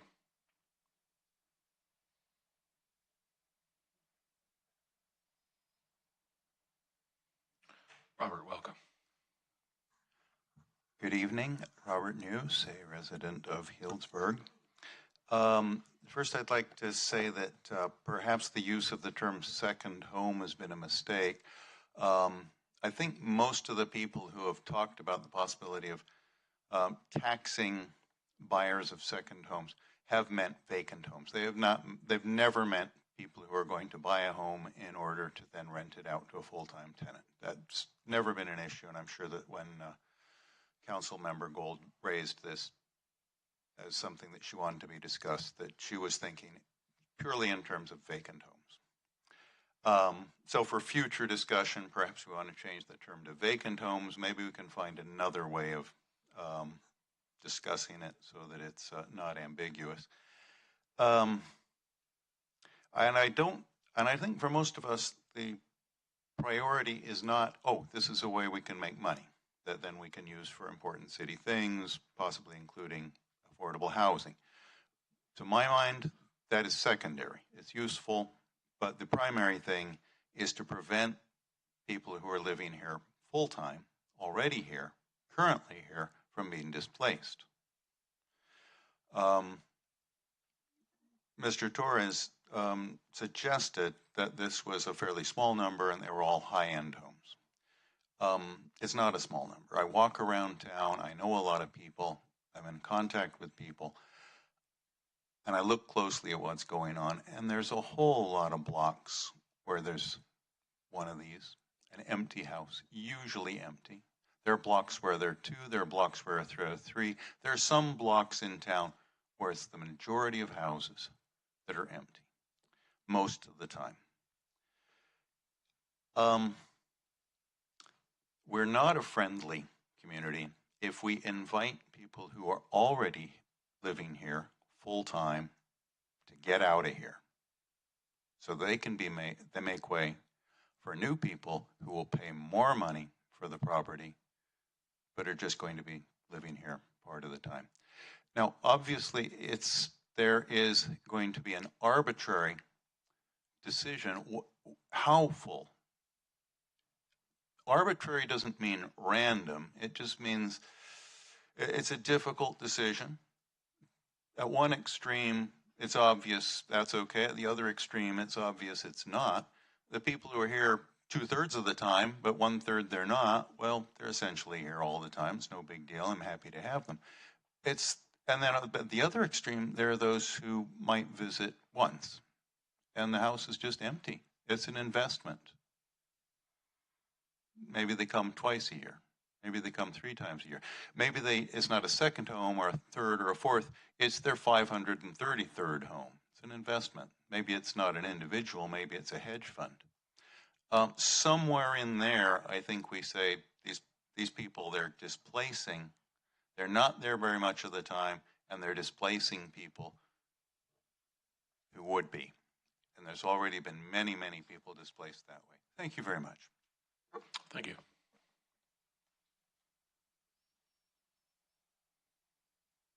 Anybody else? Come on down. Brian, welcome. Hello, Brian Summer, community member. It's really nice to be behind the microphone when the gun's not pointed at you. But no, this is another very emotional argument. And, you know, I truly appreciate the idea of livability, and I'm working as hard as I can in the business sense. You know, my children and I, we do community service, so we're working in a personal sense. Livability is crucial, but I think we have a problem here again with perspective. You have one person saying, oh, every house in town is empty. You have a real estate agent saying, oh, it's only a small amount. And we really don't know where the truth is because we don't have the numbers.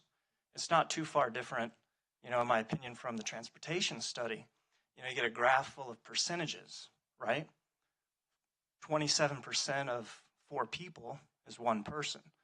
27% of 100 people is 27. How do you know? Just looking at percentages. So I think we need to get some facts so that everyone can put numbers to these empty houses or numbers to the amount of money that's being spent. And I think that you 5, you have a very difficult job right now because you're looking at 10 years from now, 20 years from now, 30 years from now, 50 years from now. Some of these houses are being bought today and they're sitting empty because somebody's buying because they fall in love with Healdsburg and they want to retire here. And so they're buying an investment because they can't afford to buy a house in LA or San Francisco or Palo Alto. But they see what we have and they realize how special it is and they want to be here. So, you know, it's a problem that isn't necessarily going to go away anytime soon. And with, you know, Healdsburg growing and the feelings on growth and wanting to keep it a small town and wanting to savor what's so important about it, I think you really have to be cognizant of the bigger picture, and that is that housing prices here compared to those other places are still relatively inexpensive.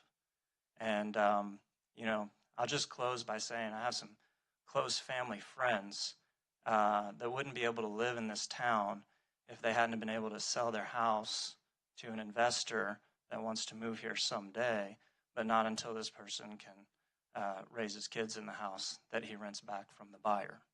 So there are those stories too. And I'll just close with that. Thanks. Thank you.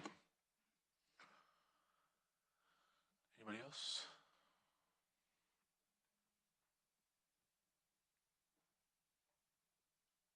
Rosie, welcome.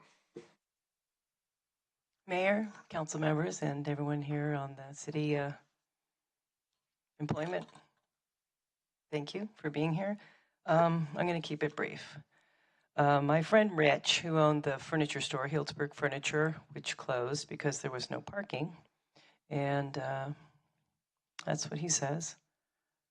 He's over at the consignment store, by the way, if you want to follow him. He's a wonderful man. I go in there from time to time and sit in the back of his store and have conversations with him. Wonderful man, very, very smart, has lots of time to do research. He told me when he knew I was running the first time for city council in 2010 that when he first started checking the numbers, when he started his business, there was 5% second homes.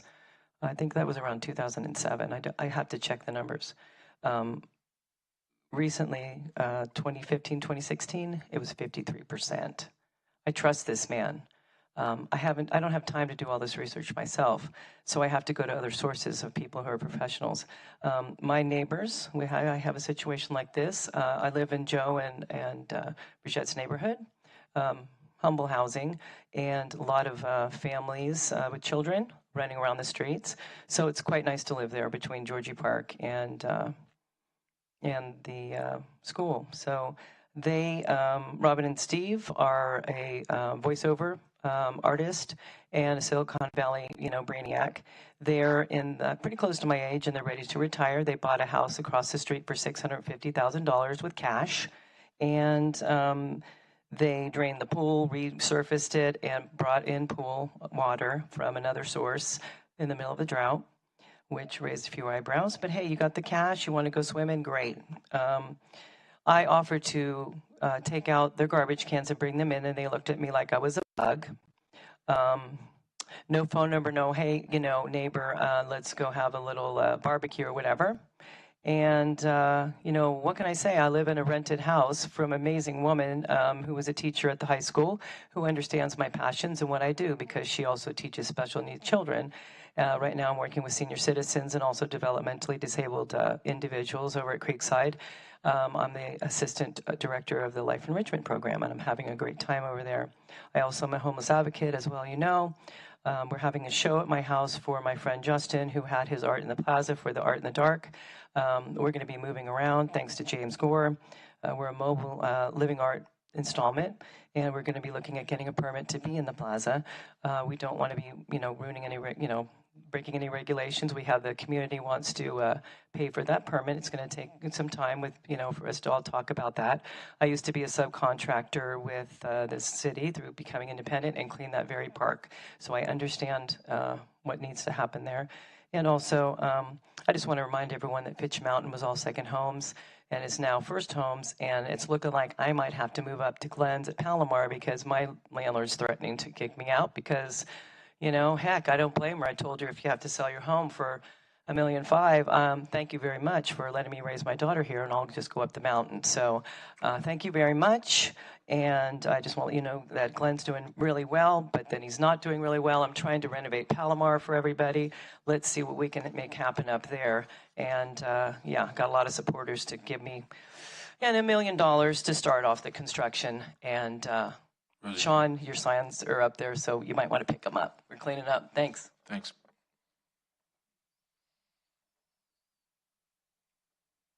Anybody else? Tim. Good evening, everybody. I'm referring to an article Clark Mason wrote in the Press Democrat April 19th, and this was the candidates' debate articulating the town's top problems. I'm just going to quote a couple of comments that were made by a few of the candidates. Leah Gold said, "I don't want to beat up people who buy second homes, but I am interested in a robust income stream." I'm paraphrasing here to make this brief. Gary Plass said, "I don't know that taxing is the answer. It could create a lot of problems." Erica Wisney, the junior member of the trio, said that she thought it could lead to legal problems attaching such a tax to second home buyers. I personally think pursuing this tax is short-sighted and ill-advised and will likely open up the city to a class action of sorts. If you're going to base your primary revenue stream on tourism and you invite people into town, how are you going to end up kicking them in the shins after they decide to come in? My wife and I visited Healdsburg in '82 when we lived on the East Coast, and we were out here on vacation, and I said, "Gee, wouldn't this be a cool place to end up?" True story. And as time would have it, we transferred out here in the early 90s, kept coming to Healdsburg, bought a piece of property in 2007, built a home on it, moved into it permanently in 2009. So one of those stories that Mr. Plass alluded to earlier. There have been a number of articles that have been cited in recent meetings. We talk about Barcelona and what they're doing relative to tourism and second homes. We talk about Vancouver and what they're doing, but we're not talking about the other side of the coin or manufacturing the collected data what we're doing is we're a nail looking for a hammer. We want to try to find the answer that supports our pre-chosen conclusion. We ought to look at the numbers. We don't know what the numbers are. There are not 56% of the homeowners in town are not second homeowners. And I really think that the data ought to be gettable, and we ought to look at it and make our decision based on that. There's an opposing article titled "The Displacement Myth, Second Home Tourism in the Stockholm Archipelago," which addresses this second home envy and the fact that they don't really cause the problems that you think they do. So we have to weigh this and look at both sides of the argument, as opposed to just the side we want to pay attention to because it supports the conclusion that we've already drawn. I've got a couple of copies of this if somebody wants to go dig it up for it. It's an abstract form, so you'd have to pull the article down. Again, I think this is very ill-advised. I think there are other ways to generate income if that's what we need and want to do. This is clearly going to turn into a bucket of worms. Thank you. You could leave it up there on the desk, please. Thanks, Tim.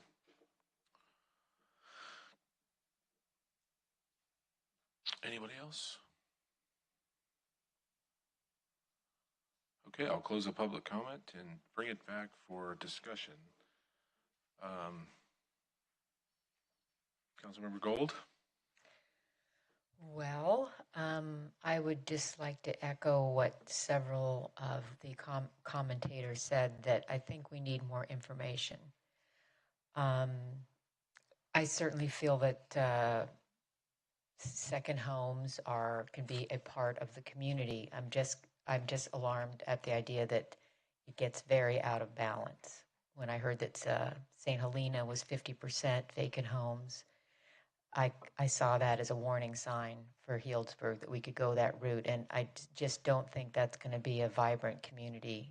We just 50% people that aren't really committed to being there and making a life there. As far as our ability to tax, that's still up in the air. I can see that it would be probably going to be a difficult road to go down, and I don't know that we yet have a clear path. I'm not ready to give up on the idea, and I am interested to see what San Francisco and other places that are working on it come up with. But I think what I would propose in the meantime is that we do gather some data. We're fortunate to have our own electrical utility, and I think that we could perhaps even do this in-house. I'm not sure. I think they can tell pretty clearly by looking at utility use whether a house is a full-time occupant or most of the time occupant or not. So that would be my request, that the next step would be just to try to determine exactly how big this issue is for Healdsburg. How many homes are currently mostly empty, and what the trend is as far as home sales in recent years. Councilmember Higley? First, I wanted to thank Councilmember Gold for bringing this topic up. I think, there's a reason we're up here. We all have different viewpoints and different perspectives, and I think it is important to talk about this.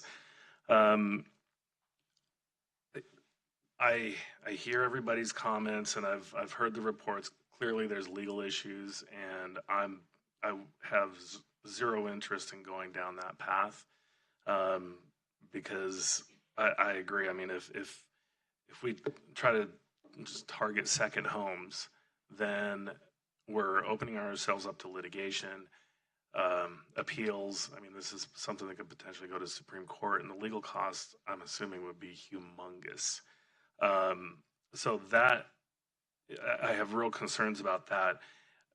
The other thing that I kind of have an issue with is I would prefer positive approaches, that we can look for positive ways to find, the things that we're trying to do. And, I guess some of the questions are, what's the goal? Is the goal to repopulate the second home so that we can, build more community, get people living here full time? Is the goal to penalize second homeowners? Is the goal to find a revenue stream for affordable housing? So there's a lot of things that we can look at. I think, this goes back to the reason we have the CHC. They're on track to review a number of things, so some of these things might pop up. But if there's a request from the CHC once they go through and they want some of this information, then I think that's the appropriate place to discuss it. I don't think we give direction from here to say, hey, let's go down this path. Let's start gathering, this data because our goal is to tax second homes or figure out a way to do it. I want to try to find more positive solutions to this. And the other concern I have, or comment, I do recognize there's a problem in certain parts of Healdsburg with vacant homes. I lived at 631 Fifth Street, which is directly across from junior high for 2 years. And I remember the first year we moved in, I think Jackson he'd just been born, and then Charlotte was about 2 or 3 years old. And we were ready for Halloween. We had so much candy. And, I see some people, your neighborhood, how many kids come by? We had one kid. We were across from the junior high, had nobody come by. And at night, I get what you're talking about when you say that neighborly feeling. There's certain sections of town where it is a problem, but we all know when we were out canvassing, you go to Tucker Street, you knock on a door, the next voter is 6 doors down. So where do you focus? Rivers Bend, Parkland Farms, areas where you live. And so there is an issue with vacant homes, but I want to make sure that it's a citywide issue, that we really, if we get to that discussion point, that it is a citywide issue. And I'm not convinced that it is. I do acknowledge that in the core of the downtown it may be. Finally, I think at some point, we need to get back on focusing on what it is we are wanting to do. If we have city-owned parcels and we want to build affordable housing, let's figure out what it is we want and then figure out how much that's going to cost. And then we go back and identify the funding sources. We have the 2% TOT that's going to be piling up. But I think we need to have that bigger discussion, and this goes back to the CHC. That's what they're there for, to kind of go through that process and tell us, okay, we have this piece of dirt. We want to build this many units. We need this many dollars. How do we do that? And I hate to say it, but at some point, once we identify what we want as a community to build, or as a council, say, we want to build 50 affordable housing units on XYZ parcel, then I think at some point we as a community need to look to ourselves. We need to quit looking outside to pave. We need to start taking care of our own.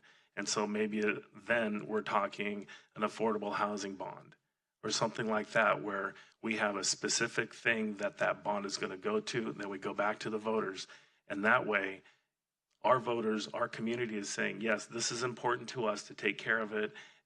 And, if you happen to have a second home, you're contributing. We're voting on your behalf. And so I think that's, again, I appreciate the opportunity to have this discussion. I think it's important, but I think we're kind of getting ahead of ourselves. We have a CHC where these things can be vetted through to come back up to us.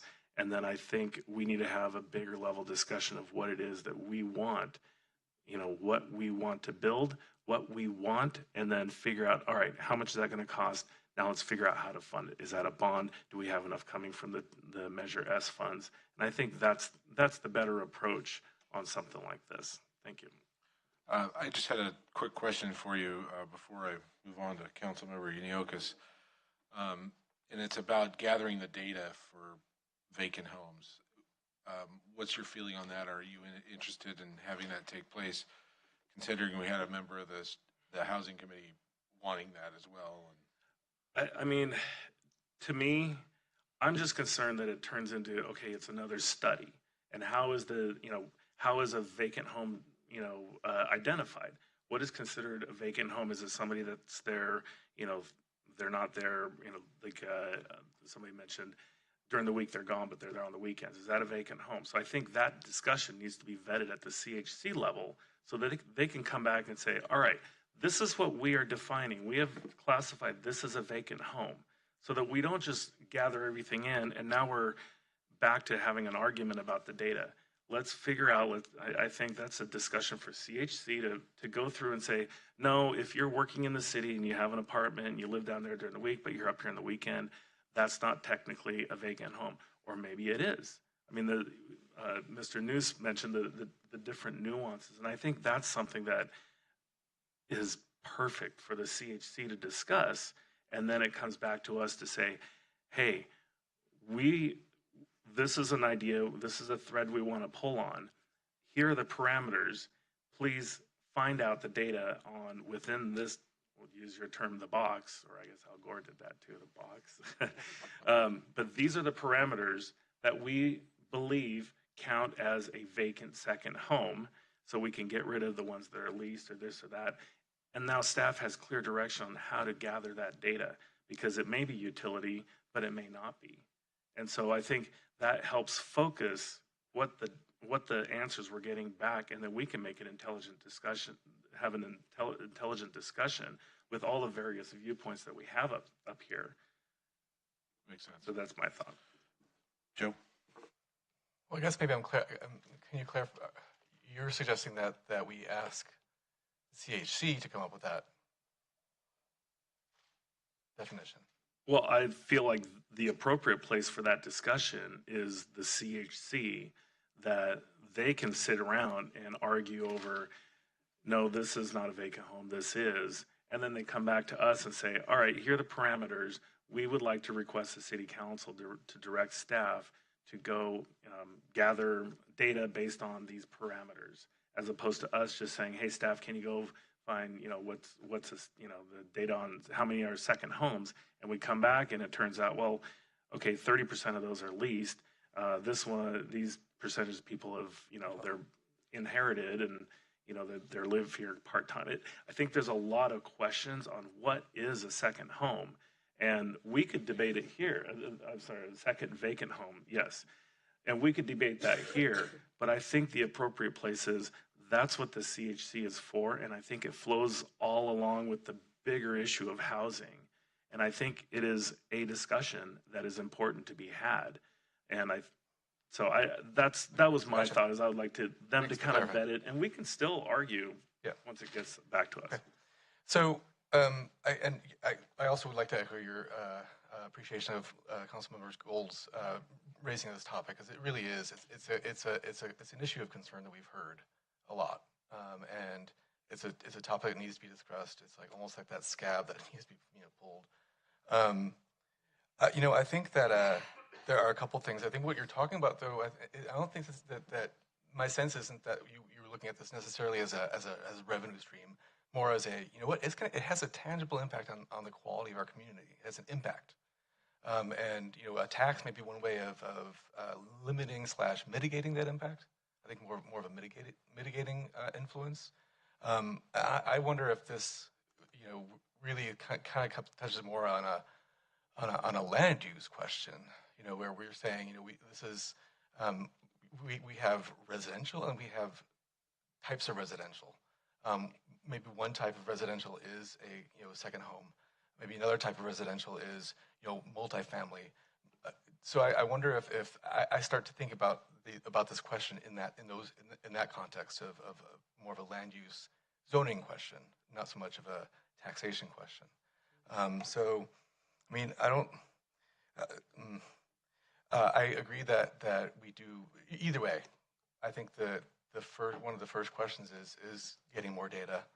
I came to the desk thinking that I would like to direct staff to come up with the data, but I'm actually your point about really letting that conversation happen in the CSG resonates with me. I think to me it's let's look at that measurement. What is that measurement? What is the impact of that measurement? And frankly, here's another talk about anecdotal stories. When we were interviewing the applicants for the committees, I think just off the top of my head, 3-4 people who were second homeowners, and now they're here, and now they're stepping up and participating in a really substantial way. So I think there's something to be said about I don't want to go that slippery slope of saying, us versus them. It really is, it is our community. And to start getting to that spirit, I don't think that's the spirit that you intended, Councilmember Gold, but it is dangerous, a slippery slope. And I'm cautious. I'm hesitant to go down that path unless it's really, again, it is a slippery slope, and I'm hesitant to do that. But I'm willing to go that to get the information. So we can at least, as a community, have a conversation about it and say, here are the numbers, here's the impact. Now let's talk about how to mitigate it or limit the impact. The other thing I want to say about that is I think that yes, it is definitely a housing issue, but part of it is also an impact of tourism, right? So the more we promote, and that was kind of the side effects of the RUDAP study, right? The RDAP, sorry. That there's a potential of having an impact of having such a high demand for our town that not just from tourism, but the residuals of that is higher demand on the actual housing itself and second homes. So I think that it touches on that tourism impact as well that we're going to be talking about over the next few weeks. So it'd be interesting to have that to see how that plays into our conversations. I would like to have those impacts as part of that conversation, but I don't think that's possible. So I'm willing to, I'd like to have the information. I like the idea of having that conversation at the CHD level. I'm hesitant to really either way. I don't want it to become an us versus them. Commissioner Mansell? So the tax laws actually have incentivized quite a bit for people to buy a second home. And all the research I've done and talking to people in the industry, there's really big, our system works for second homeowners in terms of tax breaks. Now, if you start getting into personal use versus rental, there's different things you can deduct. And certainly when we look at the national and we look at certain things that are happening on a value system for people to be taxed differently based on how much money they have, the bottom line is we have displacement, okay? We don't want to create an us and them.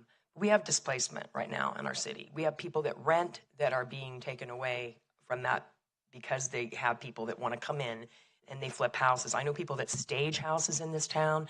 You can flip a house quickly in this town. You can make a lot of money flipping a house, okay? We see that on TV. Healdsburg is a very unique place. So I was pushing the attorney, as you know, this weekend with a lot of questions because I was absolutely satisfied that legally it looked dismal. But I think that it's part of the journey here. And I know that's cliche, but I really think we need to look at the numbers. And so I support and really appreciate the fact that we're being curious, we're remaining curious, we're looking at our stock. And as far as schools go, all I know is that the school numbers are going down for public schools. You can keep saying they get money for their buildings, but their attrition rate is there. I live 2 doors down from the school board member, Judy Vasquez, and she will tell you that we are losing students in the public schools. Now, some people don't care because they send their kids to private school, but I think that's a canary in the coal mine, just bringing it up as a public school teacher. When you have people not able to live where they teach, that's an issue. So no matter how much money property taxes generate, it still has an effect on the teachers being able to live close to where they teach. And that goes back to our whole issue of workforce housing and then displacement. And I've talked to many people that can't live in this town because the house that they were renting was sold. They can make money. And I hear it all the time. And it's just what it is. So let's get the facts. I'm for facts. Let's do some more research and let's try to do something with this Community Housing Committee. I'm for that. I don't want to commission this out. I don't want consultants. What I want is to get an understanding. We're never going to get it completely down.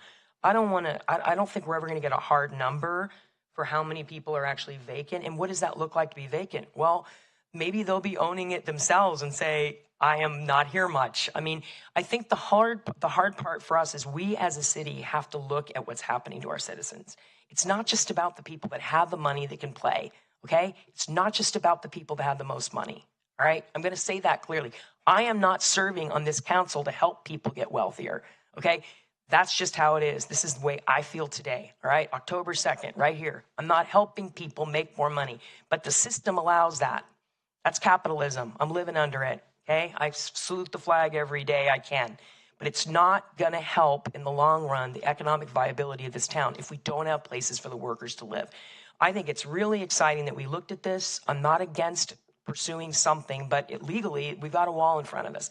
So let's let our community housing committee, just think about the word community housing committee, community, coming together, trying to make sense out of what we can do from the government's public good, the will for public good, not doing it because we want to help people make money like the system allows in Investopedia that tells you specifically how you can write things off when you rent. I know it's the law. The laws aren't always right. The laws are not always right. They're not always just. Just because you can write something off doesn't mean it's right, okay? And that's just what I'm going to say, and I have a right to say it. So I personally would be more than willing to pursue anything at this point with the Community Housing Committee to gather the data so we know how many homes, units, whatever you want to call them, are perceived as vacant. As subjective as that is, I think it's an important number to find. And even if it's not clear what vacant is, I would argue 6 months out of the year, you're not here. I know that's subjective because then it's like, is it every other weekend? But I do think there's some people that are buying up houses, okay? And on my street, it's changed just in my little window of time. It's just a subjective data. I don't want to do that anymore. I don't want to hear that everybody says, oh, we're this and that. Let's just get what we can and try to find out some numbers that will satisfy people a little bit to understand the problem of displacement of our renters, of people flipping houses. There are certain realtors that I see their signs congruently. There's certain people that they buy up a house. I can tell you their names. I won't.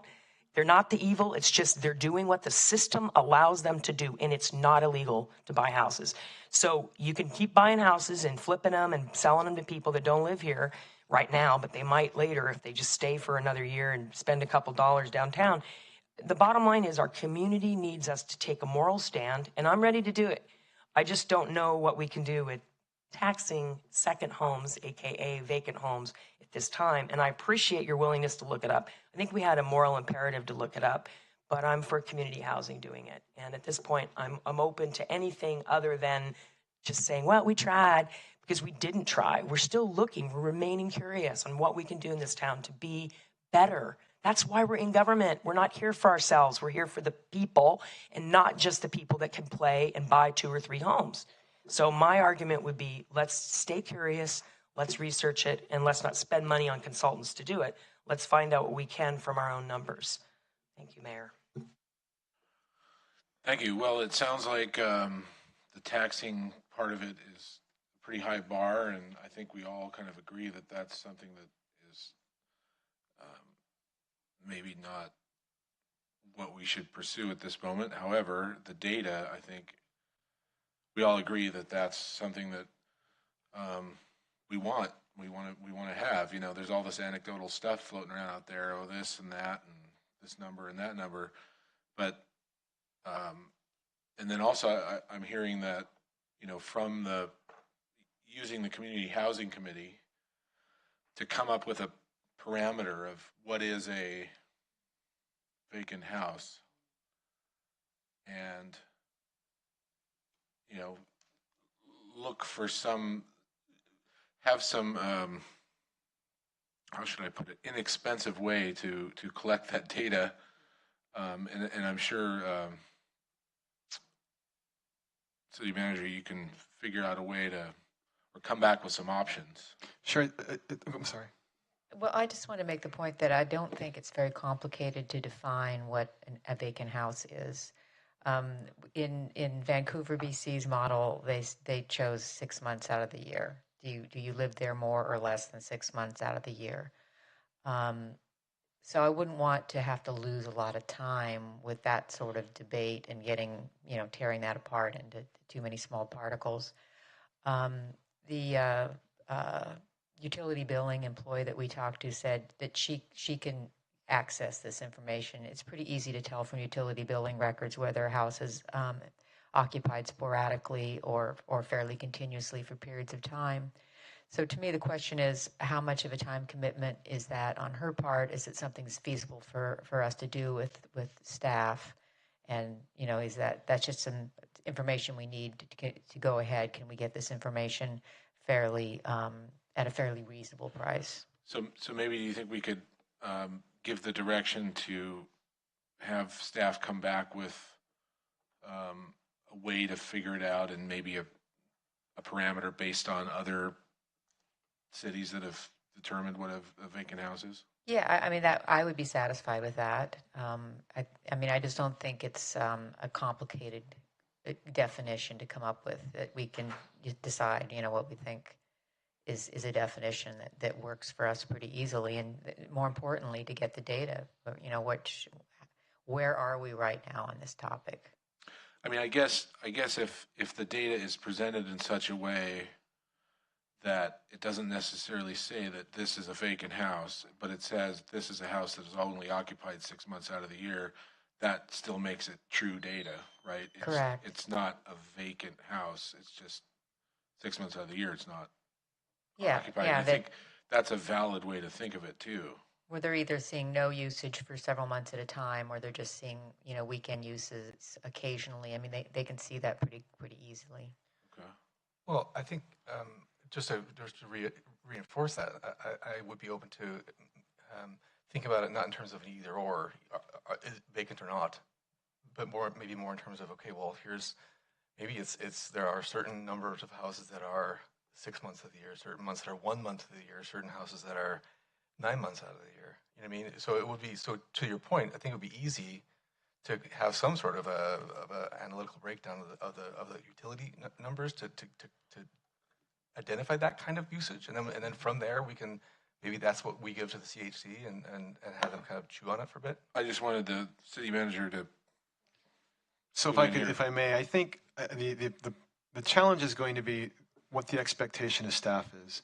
I think a different approach could be to, if this went through the CHC or through council, to give staff some time to research because again, we're looking at utility usage. We're not going to be able to define how many months they've been in a certain house. We're going to make some assumptions based on use.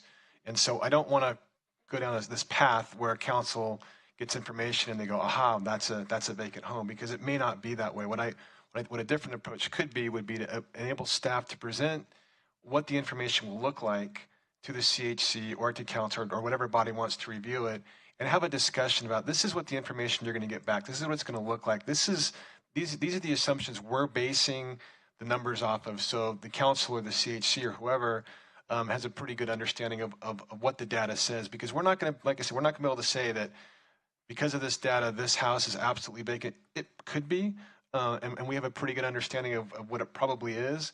But I think that's a discussion, and we'll need a little bit more research from staff to determine what information you want us to provide. The other piece, which I've heard as well, is taking a look at home sales over the past 6 months or 6 years, whatever that may be, and of those homes, how many of those do we believe are second homes? That's going to take a little more research on staff's perspective. So I think the approach of going to the CHC, it gives staff also some time to do some additional research. When this does get to the CHC, assuming that's where it goes, in all likelihood, it won't be probably until January or February, because they have, unless council wishes to change their work plan around, they have some items they have to get to, which are probably going to take them about 2 months to do. So I just think to have staff be able to present and discuss kind of what the realities of that data is going to look like, and how long it's going to take to do, and get some feedback about what council or the CHC is actually asking for, which will allow us to have that conversation and then work up a work plan, what we can do in-house and what maybe we don't have the capacity to do. I think that sounds pretty reasonable, given what the CHC is doing, and because we don't really know the best way to figure this out, and we're already starting to discuss about what's vacant and what's not. So, I mean, are we okay with that? Kind of going down that direction? I'm okay. I think that's great. I think that, again, getting the data and having that real look at the numbers and let's start chewing on it. Yeah. I think, and the time frame of the January, February, I think it's entirely appropriate. I think there's plenty of work to be done between now and then, and we've got. I think that's. I'm supportive of that. I want to ask the city manager, what is the CHC doing in the next 2 months? Is there vision out? Sure, yeah. So actually, that'll be coming first meeting in November, an update. But the next meeting They'll be looking at the housing action plan, hopefully, and they actually have a red line version. We took out the Measure R information, so what that looks like. And I believe the first charge they have to look at would be the GMO, taking a look at the policies and procedures. Once they complete those two tasks, then the next three, I believe, are looking at revenue sources, looking at inclusionary housing, and ADUs. You mean GMO policy procedures like what's happening right now with allotments, or? So yeah, we have the policies and procedures dictate how those 90 allotments are dispersed on over a 3-year period. They'll be looking at those.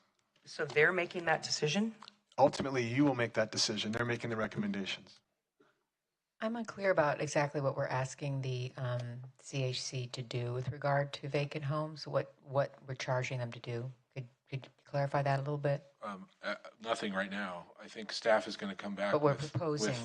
Staff is coming back with options as to how do we analyze the data, parameters, et cetera, before we go to the CHC, because the CHC has a full work plan until February or January, February timeframe. So that's not what I understood. I'm sorry. Oh, it's not? No, my understanding was we were going to meet, staff was going to go to the CHC and explain to them what the limitations are for data collection with regards to second homes. We're going to walk through that process to make sure that what we were looking at, everybody agrees to. So when we bring that data back, we're all reading off the same sheet of paper. If council wants to have that conversation, we can start that here and then go to the CHC once you made that determination.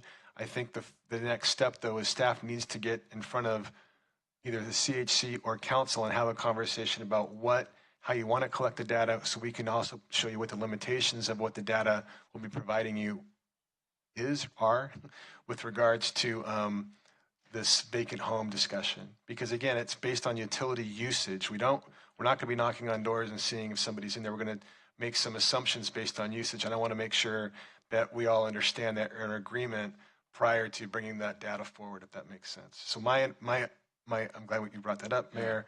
My assumption was, or understanding was that discussion would take place at the CHC probably in January, February, and then come back with those numbers to council. Okay. But if that's flipped, that's fine. Yeah, and I just want to make sure that we understand what we're doing this for. It sounds like there's I look at gathering this data to kind of flow into the livability discussion, not penalize and go after kind of discussion. My assumption is, based on what we heard from the legal side, is that I would hope that the discussion then goes more toward a positive route of how do we get those second homeowners to become more primary, full-time, vacant homes becoming full-time owner-occupied. And also it could lead to discussions about, okay, now we know how many, you could go down the path of how do you incentivize a seller who's saying, all right, I'm out of here, Healdsburg. How do we incentivize them to target people that are going to live here versus just an investor? So I think there's a whole realm of discussions that we can have, but if that data is going to, I like your approach of the minimal kind of overview to get the discussion going at the CHC level, because I do believe that's why they're there. We want them to have this robust discussion and then come back with their comments or recommendations and wishes. So it sounds like there's, for some council members, there's a sense of urgency to get this data sooner than later. If it goes to the CHC, these data points won't come back probably until, we're talking about January, February, March by the time it gets to the CHC to council, worst case scenario. So I just want to make sure council understands the timing to push it through the CHC. It's going to take more time rather than coming back and directly going to council. Well, I guess what I would like to know is how big of a project is it? Because that's I know that the utility billing, I'm not sure what her title is, Val. She said, "Oh yeah, I can do that. I can tell by looking, and we pretty much know, what are a lot of big clumps of vacant homes already in the city." So I guess I would like to know what we're asking for. Are we asking for half a day of her time? Or are we asking for a full week of her time? Or what is the size of this project? Again, I don't think we know that until we have a clear understanding of what the council or whoever is asking for. If you're just asking for, again, I think it has to go back to staff reviewing what we believe a second home, a vacant home is, and what those utility uses are. I don't know if the employee we spoke with really has, I mean, they look at this stuff every day, but is that the right approach? What I want to make sure is before we go down this path is that council is very comfortable, or the CHC is very comfortable with this is the data we're looking at, and these are the assumptions that we're making for this to be a vacant home. Are those the right assumptions? And on top of that, is there additional information you want based on that? Do you want to have an understanding of, okay, over the homes that have been sold in the last 6 years, whatever that may be, how many of those do we believe are second homes, or vacant homes? And so, again, I think just being able to have a discussion about what you're really looking for, and giving staff some time to really assess what the time commitment to that would be, or if we can even do that, would be a key portion of that. We have a very dedicated staff here at Healdsburg, and they will do whatever they can to provide the information they can in a timely manner. I just want to make sure whatever information we're asking them, there's a full understanding of the information we're asking them to provide. Just want to clarify, because we've done different things, like when we were doing Measure R, there were postcards sent home, and I remember going through them, and it depends on how much time you want to put into getting information, but this is just hard numbers. I mean, I'm looking at my utility bill, and, what can you surmise about me? How many people are living in my house? I think the hard part for me is I don't know why it has to be this complicated in a small town. I mean, I just feel like let's find out if we can even get that number from utility bills. Don't publicize it. Don't make it a big deal. It's not the only measure of this data collection, but why not just get it? So I just don't know why we wouldn't do that, just to do it, and then the CHC can use the numbers to talk.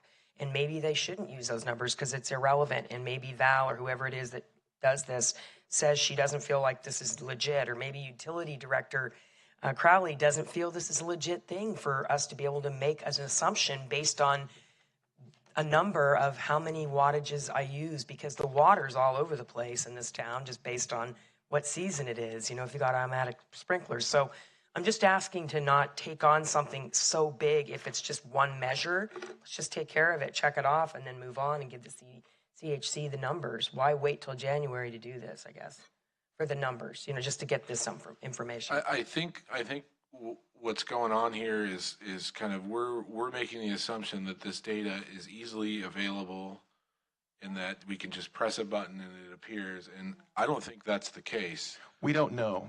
We don't know. I don't know. So I think I want to get back to kind of what I was saying, where how about we have staff come back to us with how long it's going to take, what the data is, and then we'll ask us again, what do we want to do with it? Does that make sense? And then from there, we'll decide, do we want to just look at it, or do we want to push it to the CHC? Does that sound reasonable? That sounds reasonable to me. Do you think you could have that by the November date when we're going to get the update on the CHC? Because maybe it can be wrapped into that discussion. I will see. Okay. Reasonable?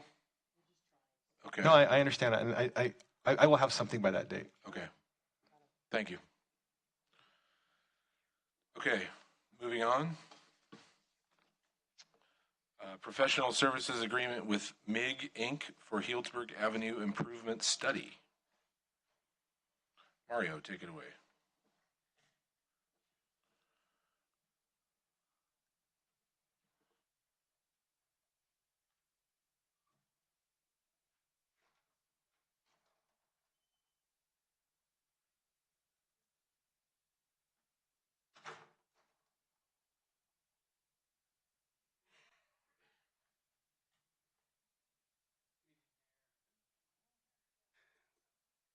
Good evening, Mayor McCaffrey. Good evening, council members. The item before you, Healdsburg Avenue Improvement Study.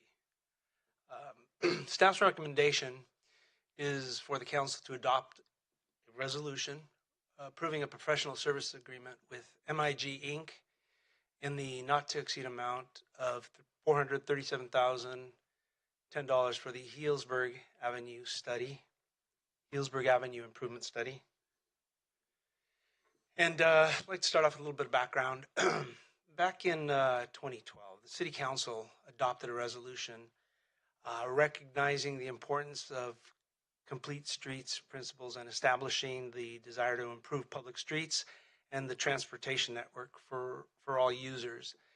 And under complete streets principles, the primary principle here is that streets be planned, designed, operated, and maintained to provide safe and convenient mobility for all users, not just motor vehicles, but for all users, including pedestrians, cyclists, transit riders, persons with disabilities, seniors, children, youths of all age, as well as motorists and commercial vehicles.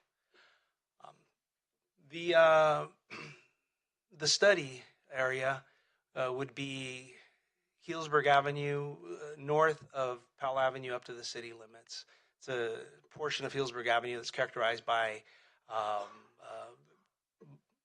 5-lane road, 2 northbound, 2 southbound, and a center 2-way left, and a lot of pavement in between. Not very pedestrian friendly as it is.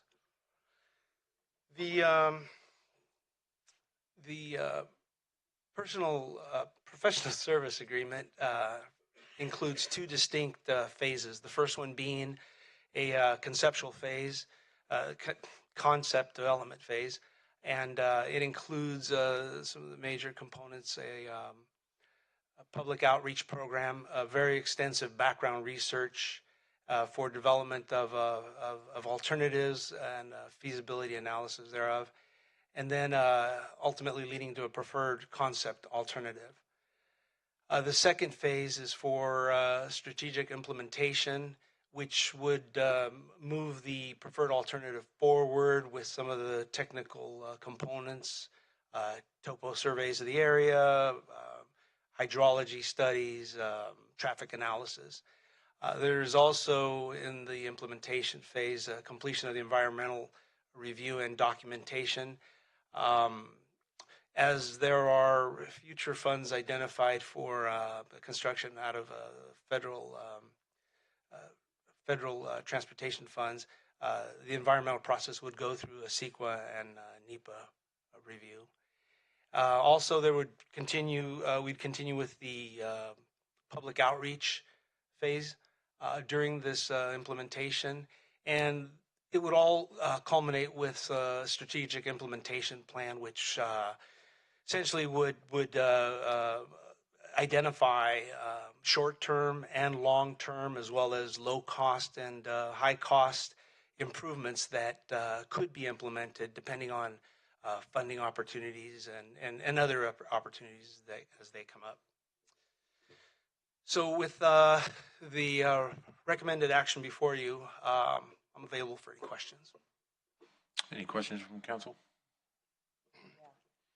Councilmember Neokis. Yes, thank you, Mr. Mayor. Let's see. So one of my questions is regarding the role of the development on the RGW property, also known as Quaker Hill. Thank you. Quaker Hill. I mean that's what would be the possibility of having that working some sort of a compensation plan into that development. In other words, look, let's face it, this is going to have definitely a positive impact on that project. With the development of that size, typically, we ask a developer to pony up for this kind of expenditure. Can we, to what extent can we get compensation back from that? Sure, that's a good question. As I mentioned, with the ultimate plan with the study to identify different levels of projects in terms of short-term, long-term, low cost, and these would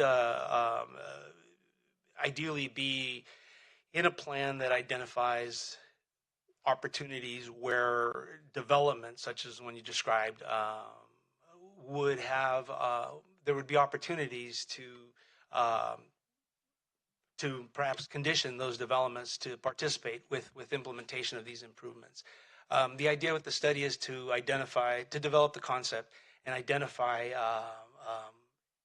a project or projects, if you will, the sequencing thereof, and for implementation as opportunities, including developments, adjacent developments, come up. Okay. So the possibility does exist, essentially, to go back to them and ask for them to participate. Oh, yes, very much so. And then the MTC grant would be for the actual implementation of whatever it comes up from the study. Yes, earlier this year, Council authorized submittal of an application to MTC for up to $600,000 in federal funds that would be programmed in fiscal year 21-22. And the intent for those funds would be for the actual construction, the implementation. Whatever that may be for whatever sequencing is best determined with those funds. Clearly, at this point, the entire scope of improvements and the accompanying costs thereof are yet to be determined. This federal grant out in fiscal year 22 is just a small portion of what the ultimate cost would be. Okay. It looks the plan is to rob Peter to pay Paul, to take the funds from one project away from the North Fish Mountain Creek fix, right? With the idea that would be replaced by gas tax revenue. Yeah, that is correct. In fact, the fund source for, I believe, both projects is gas tax. As these projects have been developed, the funding has been allocated and programmed, and both of these projects at this point happen to be have the funding programmed during the same years. However, the North Fitch Mountain slide, which you were referring to, fact of the matter is we've looked at that condition out there. It has been one that's been in existence and known for decades. I think initially originated back in the late 40s, 50s, some of the storming of the day back then. And what we are, has been experienced, and we've certainly experienced it in the last couple of decades, has been a slow creep, and it's manifested by the bump you feel in the road or the dip. Sometimes starting to feel a little deeper. So periodically, Public Works has gone out and performed some maintenance, has done a little bit of leveling course with some asphalt.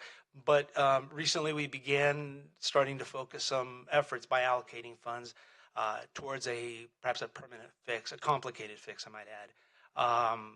Estimates on that put the cost at over $1.5 million.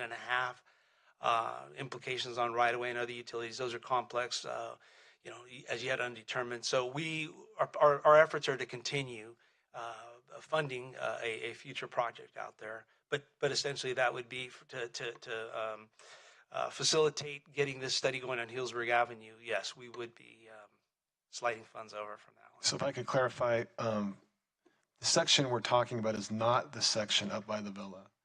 There's been a lot of questions about that section, or why doesn't the city do something about that? That's county road. We're talking about the section really just above Benjamin Way, I believe, on Powell, where it turns into North Fitch. But I don't want to confuse the audience. It's not the section just adjacent to the villa. Thank you. Yeah, this pretty extensively. Is anyone here from the company MIG? No, they are not. Okay, so we're paying them $450,000 or so to help us write a story the way they wrote it, and it's all good. I like it. I'm trying to figure it out. So one of the things that they say at the beginning as a vision is streets are for people, they're for our communities. So my kids went to Foss Creek Elementary, and it was hard to have them walking up and down and going to the soccer field. So is the vision to make Healdsburg Avenue up there more pedestrian friendly than it already is, which it does have sidewalks? And are we talking about streetscape? Are we talking about, in other words, I understand the community engagement, but it sounds like it's kind of like a chat plan, where you're kind of, okay, let's take care of this northern piece. It links us to Parkland Farms, links us to Saggio Hills, if that's going, links us to RJ, whatever's going to happen there, and then some Oak Grove apartments are maybe going to happen south of Simi. So we're kind of helping create more pedestrian-friendly bike paths. I think everyone's excited about that. My question is, are they going to be doing community forums? Like, are they going to get people together? Are we paying them to facilitate conversation with our community? Is that part of what they do? Because that's what I'm reading that they're doing. They're going to come and help us find our story and get people to be, like it talks about water quality being improved and community acceptance as a value for their work. So community acceptance, maybe start with. Yeah. How do they? Well, to answer, the short answer is yes. Sorry. Public outreach is a major component of this study because without the community, it just will go nowhere, quite frankly. So the public outreach, they have identified in their proposal some fairly detailed tasks. They speak of a specific and targeted public outreach, and by that meaning there are many users that maybe don't have all the same interest. You have business communities throughout there, residences, families with the school kids. Not that the Foss Creek School is there anymore, but we do have recreational facilities. There are cyclists. Earlier in tonight's presentation concerning transportation for seniors. These are all specific groups with varying interest, and so the outreach program is looking to communicate with these groups. It's intended to start in the process very early, and it's intended to continue on through once it gets into the next phase of strategic implementation to keep the community engaged. As I mentioned, establishing the stakeholders is a very key part of this early on. And as well as developing some effective methodology for communication. They talk about possible online surveys, if you will, tied to some sort of a GIS-based location system, where you can go to the City of Healdsburg's website if you have interest and drop in comments concerning specific areas. So very targeted. So it's a very a robust component of their tasks. The part that it just dropped in there about we're going to improve water quality. What does that look like? Well, as I mentioned earlier, with the current state of Healdsburg Avenue north of Powell, we have all been down there. It's a wide, I call it a runway, but it's a lot of pavement in there. And one of the things that is being looked at, a term that gets thrown around a lot in transportation world is street dieting. And what that's referring to is elimination, removal, or reduction of pavement area where it can be sustained. We have to look at balances between transportation capacities. For Healdsburg Avenue, do we need 5 lanes to move projected traffics for build-out conditions? Our intersections, ways of making them a little more efficient, maybe don't rely on having such wide areas of pavement. So the water quality component comes into removing hard surface areas that remove water off the surfaces much quicker, lower times of concentration, perhaps increase erosion, but rather, and not to mention all the residues and contaminants dropped by vehicles, but where opportunities allow to change to other types of surfacing that, for lack of a better description, slows down the water, allows some treatment. Will we still see some paving north before all these plans are developed by this company? Are we going to see some paving up north on Healdsburg Avenue to Parkland Farms? Or are we waiting for this vision to be realized before we pave it? Excuse me, yeah. I'm taking a leap here that you're speaking of perhaps some of the existing pavement conditions that we have out there. Been on my bike that way. Yeah. Those are obviously existing pavements in need of assistance of repair, after years of deferred maintenance. Our goals are to continue with our pavement maintenance and rehab projects to improve them, as we've just completed a substantial amount of city streets on a lot of the local streets, those surface streets. So this study isn't necessarily the trigger to get improvements, fixes, repairs on that stretch of Healdsburg Avenue. That we will have to do with our pavement maintenance program. So is there a vision of really drastically reconfiguring this stretch of Healdsburg Avenue? Because to me, it's a commercial arterial, and you want some bicycle paths, you want sidewalks, you want, turn lanes and traffic signals. And why do we have to spend $450,000 for someone to tell us how to do that? It doesn't seem that complicated. Well, currently in the industry, I will say, it is a trend in trying to make our streets, our arterials, much more usable for all users. As it stands right now, the conditions that they are, the streets really aren't inviting to bring pedestrians, to bring cyclists, all different types of cyclists out there. As I mentioned, with the 2012 adoption of the Complete Streets resolution, this really all came about in relation to California's climate laws. I think that's SB 375, and the sustainable communities strategies, in that the push is to try to create these environments, these conditions in our streets that blend land uses with the transportation needs, so that our streets, like Healdsburg Avenue, just doesn't become a 35, 45 mile an hour thoroughfare to get from A to B, and in the meantime creating a really more hostile environment for all users. And so that is what this project is about. And the actual tasks involved are, at the end of the day, they do involve a lot of balancing of all these different components. There's obviously the effects of the traffic. When you start changing up the configuration right now, what is that doing to things like congestion and mobility? Where are our pinch points? The intersections tend to be the points of congestion, quite frankly. But what works best in these intersections with construction, with the traffic build out projections? Other things that come into play for quality of life are, where are the opportunities to soften these areas, these environments?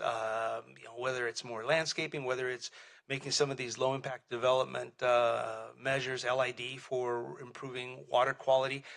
That's what this is all blending together. And so at the end of the day, the work ends up being quite complicated. We're looking at about an 18 to 24 month period before we get to a conclusion of this study. Is it really used by pedestrians now?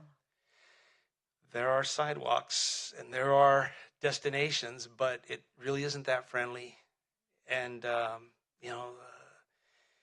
the idea is to try to encourage as you've seen, we have residential developments right adjacent to Healdsburg Avenue. There's other lands, vacant areas with opportunities for continuation of development.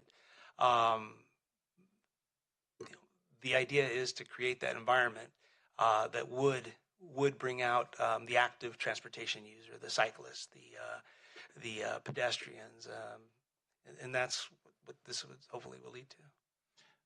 I'll actually answer that. If this was in place, I'd be more likely to ride bikes downtown. Right now, that's not something I'm willing to risk with the kids, just in that section of town. And I drive that multiple times a day, just living up in Parkland Farms. And I mean, that'll get back to the discussion side. But if you're done, I have a couple questions.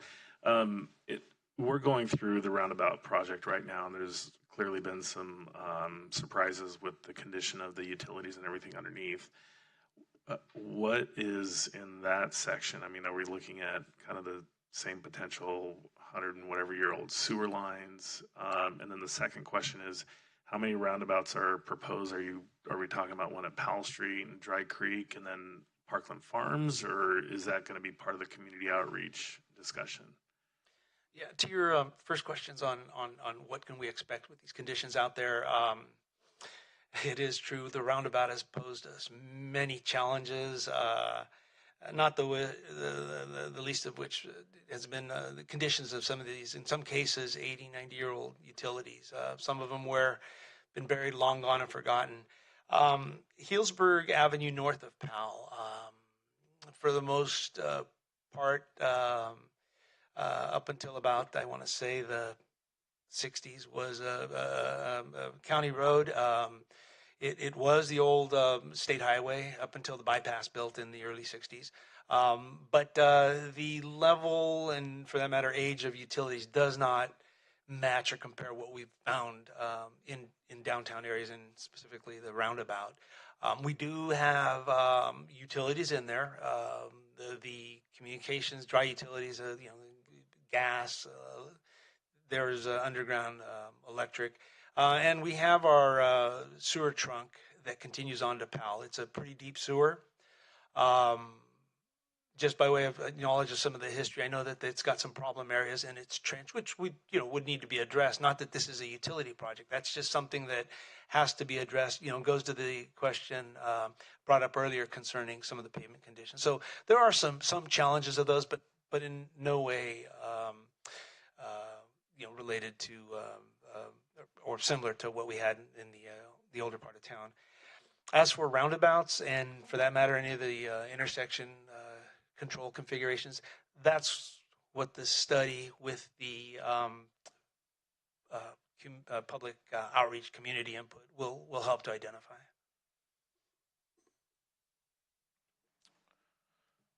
Just one quick follow-up. We've talked briefly in the past about a bike and ped plan. If we had, so we haven't updated our bike and ped plan for how long? A long time. I know that a big component of this is that kind of pedestrian, that non-vehicular activation, right? So I guess my question is, if to what extent, so we're 400, a big chunk of money. To what extent, if we included a bike and plan update, would that open up greater possibilities for other funding sources because we went through that process? Well, one of our general plan policy goals is to remain aggressive, I think is the word, on seeking funding opportunities. And to some extent, we have gone after this type of funding, the federal funds, based on some of our past work, the bike and ped plan that we have, the master plan.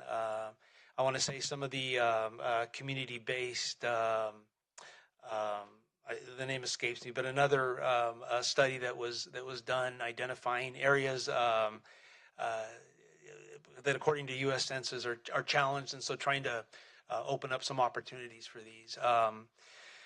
But there are other things that we could do that would continue to open up even more opportunities. For example, there is what is known as priority development areas, or PDAs, which speak to identifying the city identifying areas that are in line with some of these sustainability strategies, community sustainability strategies, and it's these types of classifications of that when cities have, opens up more opportunities for funding for these types of things. Currently, Healdsburg does not have any identified PDAs. I think we're maybe one of possibly two cities in Sonoma County that does not have that.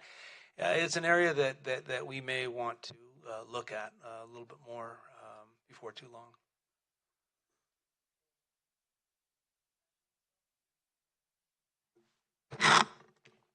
So this is a planning grant this is a way for us to have stakeholders have participation to revision the way Healdsburg Avenue looks north of Powell Avenue up to Petrocelli Street or whatever that is, where I think Saggio Hills has their new street built.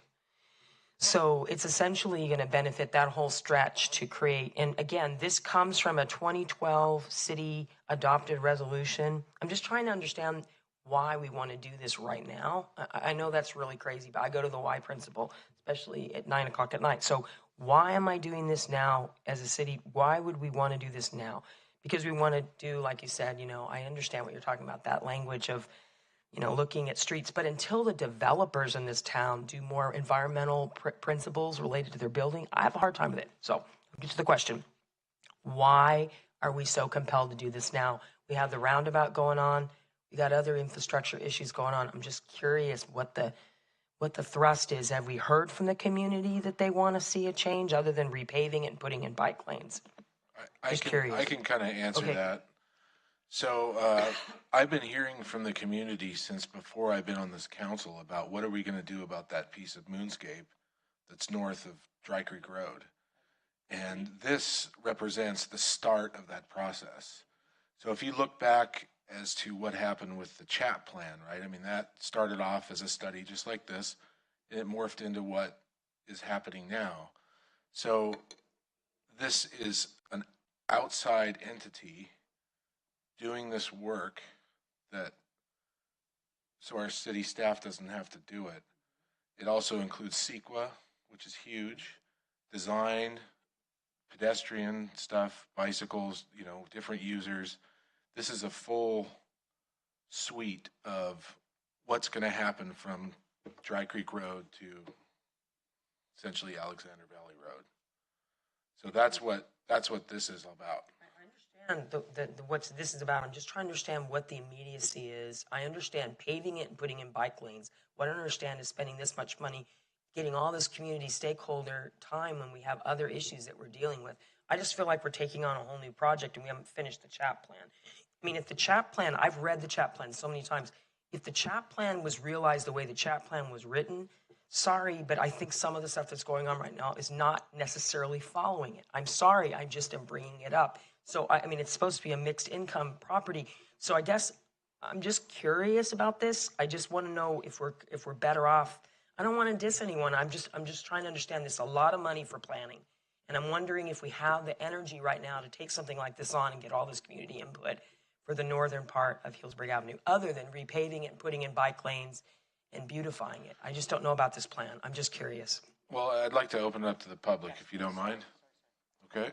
Is there anyone here from the public who has any questions or comments on this?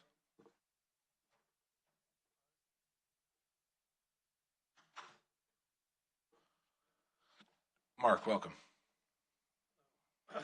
Hello, I'm Mark McMullen. I live in Parkland Farms. This is the future. I understand that it's this amount of money now. This is not going to happen tomorrow. This will not be implemented for years. However, I live in Parkland Farms. I walk to the community center. It's not a very nice way to walk. It's very dangerous. I see women with strollers crossing that street. This is an important project. This is the northern part of town. We are just as important as the roundabout people. This is Healdsburg. We need this project because we need to have a safe pedestrian, bicycle, transit-friendly way to get around. And as someone who lives in Parkland Farms and walks, it's a very dangerous thing. And there's a lot of people in the north part of town. Thank you.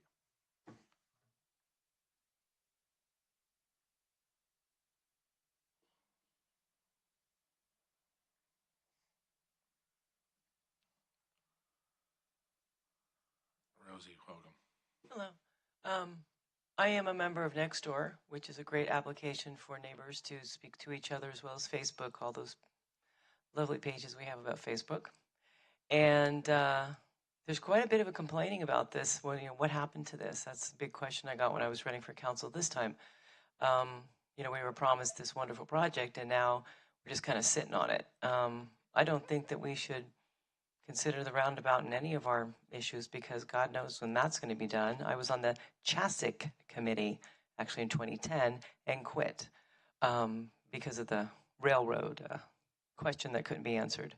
So I thought it was a bad idea when they got the bid and they picked the group that they went with. I thought that was a bad idea. My father was in construction. He built the Transamerica Pyramid. I have been on all the job sites in San Francisco and I know construction. So I saw that coming a mile away, but you know, I wasn't involved. I stayed out of it. So I think we need to go ahead with this. I agree with the mayor. I think it's not a lot of money. We need outside consultants to do this. The city employees are doing enough as it is. They're very busy people. And it's not a lot of dough. And I think that we need to connect Parkland Farms to the rest of the community. I live off of Powell Avenue, and I would sure like to be able to ride my bike out to Alexander Valley to visit my sister out there. You know, I get a lot of complaints about that area. It's not safe. You know, Saggio Hills is coming in. It's a beautiful project. And, you know, Parkland Farms is part of our community, and we really need to make it safe for the mothers and the fathers and the children to ride their bikes and to walk. I'm a, you know, safety girl, you know. I was a firefighter in Geyserville, and, you know, I was a claims adjuster for Geico. And I know roads and transportation and stop signs and stoplights and all that kind of stuff. So I know where accidents happen, and I'll tell you right now, you know, we don't want a tragedy. And my biggest concern for, you know, Healdsburg is always liability. So lawsuits are what can take us from behind and really crush us. So let's be proactive and get on this project because a lot of folks are going to hear about it, you know, tonight because we are being filmed. I might remind you, and I am going to talk about this on Facebook and next door because people are asking me. They don't want to come out to the meetings, and that's why I'm here. Whenever I show up here, you know, there's a whole heck of a lot of people behind me, and that's how it works. So social media is getting the word out really quickly, and I do appreciate all of you that are on social media reading that and, you know, being part of. So thank you, Joe especially, and Brigitte, because the two of you really do get out there and talk about that, and David does as well.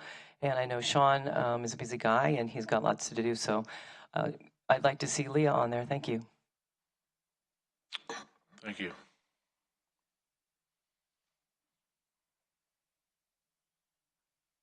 Brian, welcome back.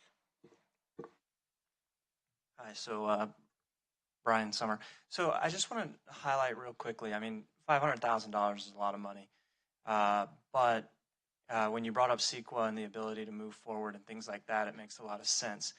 And I just want to highlight that I met offline with a group of people about a week ago, and a big thing to come out of that conversation was that we need to be looking at Healdsburg, and we need to be looking at our future, and we need to be defining what the future of Healdsburg is going to be. And it was kind of centered around livability and things like that. And a huge part of it was ped path and bike path related. And the idea I mean, I trained for the half Ironman, I should say, and I rode that road out of town, and I rode Alexander Valley. And when you're going on a bike and there's 1 foot between you and a car going 60 miles an hour, it's pretty scary.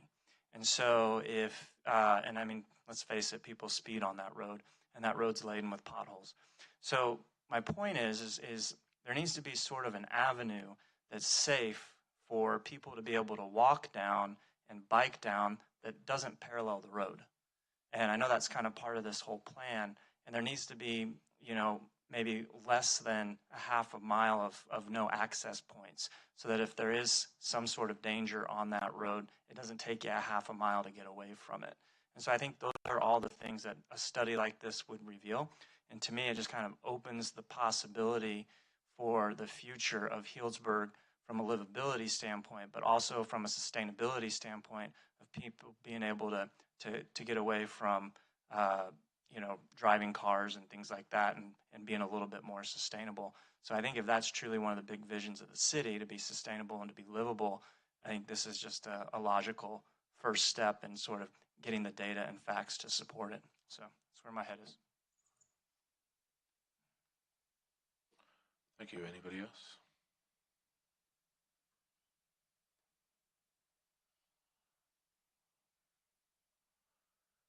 Marilyn, welcome. I was going to say good evening, but it's really nighttime. I would love to ride my bike, and I would love for Powell to be safe, but it doesn't feel like it is, at least not at my level of bicycling.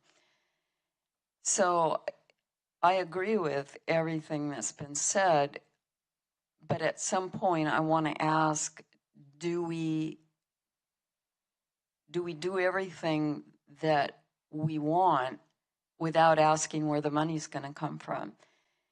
And I know in my own personal household, I can't do that. I have to make choices. And I don't know what the state of the roundabout is. I'd like to know, where the money is going there. I hear an extra $1 million.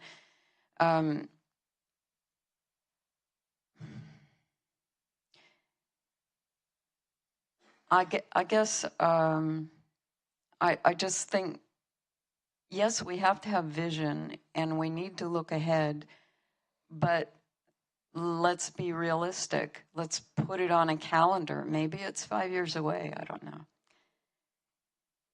I was going to say something else and I've forgotten. So, sorry. Thank you.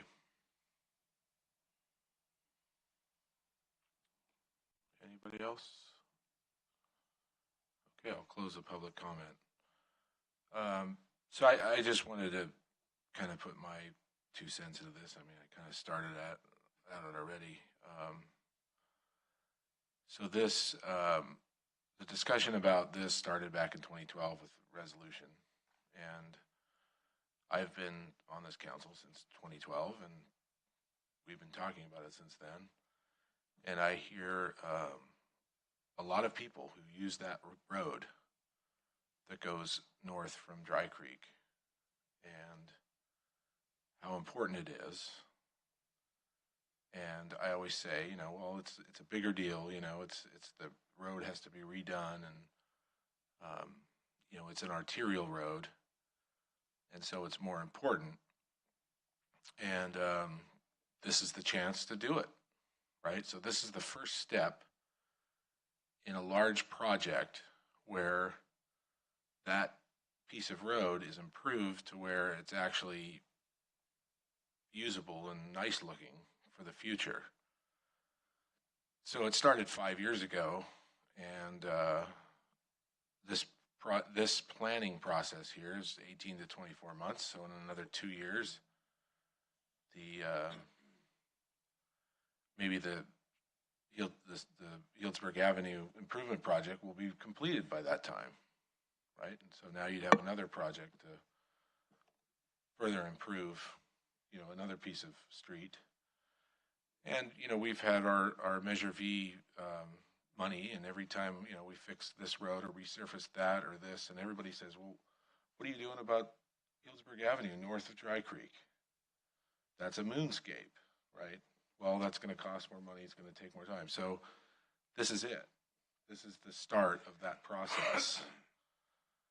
And, all of us, save Mr. Hagley, live between Powell Avenue and Grant Street,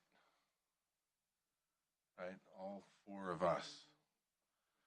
And this is for all those folks that live to the north, right? Parkland Farms, there's opportunities for affordable housing projects along Healdsburg Avenue. There's opportunities for more housing and affordable housing projects at the, up there at the, what did he call it? RJW, right? So this is all kind of linking all that together. And so, when I first saw this, I thought, gee, this is a lot of dough, And then I started looking into it, and I was talking with the city manager, and I was like, does this include CEQA, which is a big deal? So this is all the planning, all the CEQA, all the environmental, and I'm okay with it because this is all encompassing. And then you look at the piece where they're doing the community outreach. We have a community that's very involved in how we do our business and how we how we plan things, right? People really want to know, like, how we're going to do. They want to be involved in the process, and so this includes that too, and that also made me enthusiastic about it. And then, but as far as paying for it, right? I mean, so we have the slide, you know, between Benjamin and I forget that other road. It's creeping slow. So this is the thing. This is what I wanted to tell the voters is that yes, we've got that project started. We are starting the process to work on that moonscape from north of Dry Creek. And our engineers tell us that the slide's moving not as fast as they thought it was, and so it can wait. And so I'm good with this, but who would like to talk about it? I'm good with everything. I mean, let's plan a lot. I mean, I'm not against connecting anybody to anything. I'm just looking at the team references, the people that actually have done the work for this that this company has worked for. They look familiar. They're developers. I mean, I get it that that's the development world, Mayor, but I'm just concerned about what we're getting for the money. And I'm just prudent. Maybe it's because this, you know, earlier we were talking about water, and I just feel like there's viable reasons to spend money on certain things. And I feel like a lot of this, you're right. It's a good plan. I support it. I don't want to be misunderstood. I support the planning, but I just don't know if this particular project, if I read it as well as I think I did, it seems like it's a big community outreach project. It's really about stakeholders. That's really exciting. I'm curious about the cost of it and why it has to cost so much. And this is not even dealing with the actual work itself. This is all planning. And when you say CEQA, it talks about environmental design, but it doesn't go through the whole thing. I mean, when you say CEQA is done and you check it off, what does that mean, City Manager? Actually, I had that same question. Okay, good. I don't know. I want to know that. And is that for sure that you just checked everything off? It is. So every environmental issue will be addressed in the $450,000 that we. So if you go to the scope of work on page 342, it talks about environmental documentation. Maybe Mario could speak to that more than I can. Yeah. Part of the tasks involved with environmental review and documentation are involves doing various studies and analysis. You know, all the traffic reviews, looking at the environmental issues, and one of the big components there is also getting the community involvement. So the plan is to do all of the necessary background work and studies.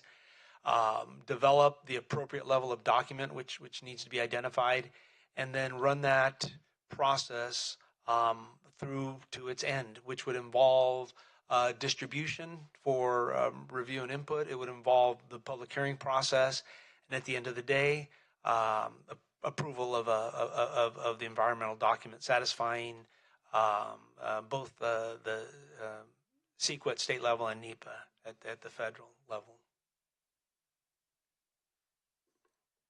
So I certainly agree that this area of road needs to be improved. I have a hard time supporting this particular study because it just seems very rich and perhaps more elaborate than we need at this time. So I would prefer to consider alternative, something a little stripped down that maybe doesn't. I just don't feel comfortable approving this expense for a study at this time. It's too much for me personally. Councilmember Haley. I support this. I think it's important. I think one thing we need to keep in mind is when times are good, you focus on infrastructure, and that's what we're doing right now. I get the question about, the entire town looks like it's under construction, but this is really doing a study, doing the outreach. There's a lot of work that's involved in this to get to that point. And so I think in terms of phasing, by the time this comes along, it's the roundabout's done, a lot of the other projects are done. But this is such an important section, not just from being able to ride bikes, but the comment about, moms pushing strollers, we have a lot of low-income families that live in that area, and their only way to get downtown or access downtown is, a lot of them will just walk. I mean, you've got buses and everything, but a lot of them just walk, and I'll see them pushing their strollers down that sidewalk, and man, it just doesn't seem, right to keep pushing this off when there are so many people living north of Powell Street that use this area, and whatever we can do to get them out of cars and walking and taking bikes downtown, I think is a good thing. And the mayor's right. I mean, this is something, when I was out knocking on doors, is the first thing I heard was like, what are you going to do about Powell Street? Or not Powell Street, but Healdsburg Avenue. So I do support this. I think this is a comprehensive study. I think this is right there with the caliber of what we do in Healdsburg with, tying North and South End together. I think this brings it all together. There's no separation about, Healdsburg's just a downtown core. It's the entire city limits, and I think this is a great big leap to connecting all of Healdsburg together. Councilmember Yokas? Well, let me follow up on some comments. So, Councilmember Gold, what you say you feel it's too rich? I mean, I guess what it seems overbuilt to me. This study, it just seems like it's more than we need, frankly. I mean, I guess I'm turning back to the staff. I mean, I kind of trust that you're the experts, but maybe can you respond to that? Like, is there a way? Are there ways? How would you respond? Are there ways to make it, to pare it down and still? Well, I guess I would ask Councilmember Gold, what are some of the things in the study that you think are too? Well, they have a certain routine that they follow for these kinds of things, and I just don't know if it's necessary. I mean, to me, it seems kind of commonsensical what the route needs, and I don't know that we need all this, elaborate public input, and it just seems like it's a whole a thing that they go through for something that we can't, who knows when we're even going to build it out, and I just don't know why we're going down this route right now. Is it fair to say that because you had asked about that, earlier you said you feel like it's a road, it's car dealers and Garrett's, it's a road. Why? Well, I'm just not really picturing when we're going to. Are you going to do? Are we going to narrow it down to 2 lanes? Are we going to have like bulb outs? I mean, is that the idea? Is there going to be trees running down the middle of it? I'm just trying to figure out what the vision is that we need such an elaborate plan for. Right. And so, and I look at this, and I'm kind of siding with Councilmember Hagley and the mayor. I think that there's that what I think is where we're getting at here is a real activation of that neighborhood in a way that could be very transformative. So we look at that and say, well, there's car dealers, and what can that be? But I think there's a real opportunity for who knows where the car dealers are going to be in 10 years, right? And this is going to, when this starts to build out, it'll be in the time when, there might be some significant impact on that business. And I'm not sure that's. I look at this as an opportunity to really question what to do with that area. Maybe when the area transitions is the time to, change the street. Mm-hmm. Fair enough. Just one comment I would have is, as far as the public outreach portion, in my experience over the last 5 years, I've thought that having a more vigorous public outreach and kind of process where you involve the community really helps the project kind of get to where, you get all the stakeholders together, and you maybe you're able to discover something that we didn't know about, right? Like, maybe they do want a big line of trees down the middle. I mean, that could be a big deal, but we don't really know that. And I think the vision that maybe you're speaking of is that vision of the community, and that's what I think the vigorous outreach is going to help create. The one comment I have is, you said maybe we wait until that end. What was the phrase you said? Not revitalizes. What was it? Transforms. And I kind of look at it as we're waiting for this to get done. It's already been transformed with the amount of people that are living there. This is something that is very important to us, and this is way overdue. And I have concerns about, well, let's just put it on hold and let's just wait. This is something I think is important, that is important to not just our part of town, but I think the city as a whole, with the amount of people that go up and down here. And I personally am comfortable with the dollar amount, and I'm ready to offer a resolution. Before you do that, may I, in the healthiness of debate, since I haven't spoken for at least 3 minutes, let me just check in. So I want to be real clear. I am not opposed to repaving and creating different designs so that more people can push strollers. My kids could have walked home from the school where the community center is now. I'm completely for that. I'm not against changing ways to make that more of a viable link and connection to Parkland Farms specifically.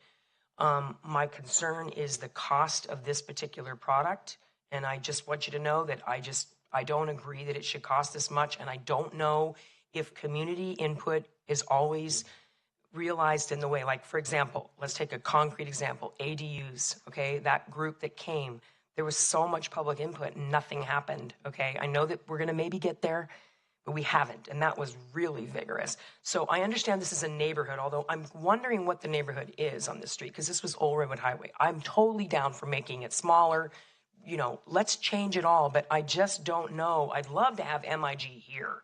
It would have helped me. Mario did a great job, but this is a lot of money for them to come in, and if you read the way their values are stated, it's all about community input. And I think that's a valuable thing. We just hired a community person. This city just dedicated a position for community input, community engagement, community outreach. I understand that that person could work with this group now, but I'm just wondering about the product. I don't have a problem with the idea of it, and I don't want to wait, and I'm not saying don't pave it, I'm not saying don't make a bike lane. I just don't know about the cost of this particular group. And I did read it pretty carefully, and I looked at who this group has worked for, and I'm not against them. I just don't have the faith that y'all have. But I understand why you want it. It makes sense that you want to give something to somebody and say, go take care of it, because our staff's busy and it's a big project. But I just don't see why it has to cost this much. And for what they're going to do, I just don't know if it should cost that much. It's just how I feel. It's a gut level thing. But I look at what they've done in the past. I don't know. So that's where my feeling comes, but I can support if y'all want to go forward with it. I will, I'm just raising, I think, legitimate questions about a very expensive plan that, quite frankly, Mayor, I don't remember, and I have been on council only 2 years shorter than you. And I don't remember this ever being brought up as, let's fix this, other than pave it and get some bike lanes. So it's news to me about the complete streets. I just looked it up, and there was a vague reference, but it didn't ever say this street is going to be the complete street project. But this is a very big plan in terms of what they're going to do to engage public and then come forth with some ideas. And I think it's a great thing. I just wonder if it's the most prudent thing right now to spend this much on this study. So I'm just bringing it up, and I understand I have reservations about the fiscal aspect of it. We do have some, there is some movement on the Quaker Hill property. I know there's been some talk about some ideas. Maybe one way to solve the impasse here would be to maybe wait for them to come to the table and see how they might want to pitch in on and participate in this. I think that is more of when the actual improvements get designed, and that's when you go to the person who is actually right, because they would actually be improving the streets or putting in trees or bike lanes or whatever. Typically, that is and we would know what an estimated cost would be that we could then go back to the developer and say, hey, here is the plan. This is your portion. This is what the community wanted. So I understand your reservations with the cost of this, and it looks like a big number, but if you read into what all of this includes, it is significant. And I feel that if we delay this, two things will happen. Number one, the project won't get done as soon as it needs to be done. Number two, when it comes back at another time, it'll be more expensive. So I've seen that happen with these kind of projects over time. So once again, I mean, I understand your reservations, but this is a big part of town that's been neglected for a long time. And,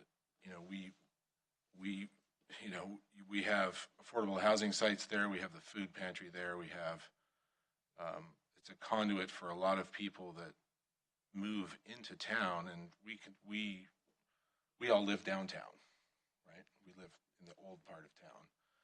And this is something that I think has long been neglected, and I would certainly. Could I just ask about the alternative bids that we received? Were they in the same ballpark? Did they describe the project similarly, or did they have a different scope? Thank you. Actually, I was just asking Mario the same question. He can offer that. Sure. I want to. Yeah, the answer is yes. We had an estimate fee from one consultant at about $490,000. Second consultant, the third consultant had a estimated fee at $420,000. All three proposals submitted addressed the basic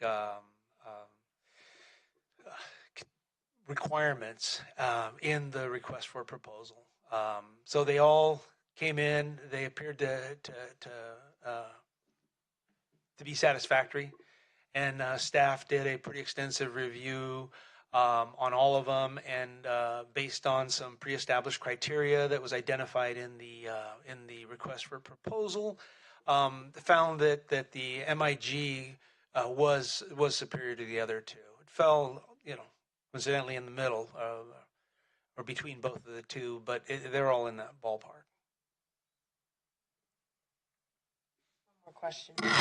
So it says here the project's success is largely determined by the caliber and dedication of the people working on it. MIG staff invests themselves personally in the storytelling process.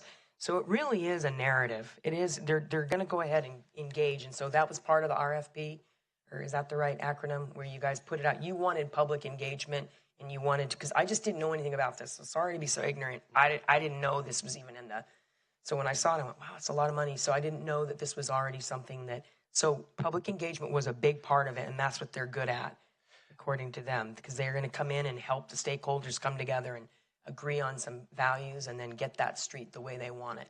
Yes, there were public involvement, public engagement was a huge component of this. There were other parameters set forward on a technical basis, but yes. So if it's okay, I would like to offer a resolution of the City Council of the City of Healdsburg approving a professional services agreement with MIG Inc. in the not to exceed amount of $437,010 for the Healdsburg Avenue Improvement Study, and authorizes the city manager to execute the agreement on the city's behalf.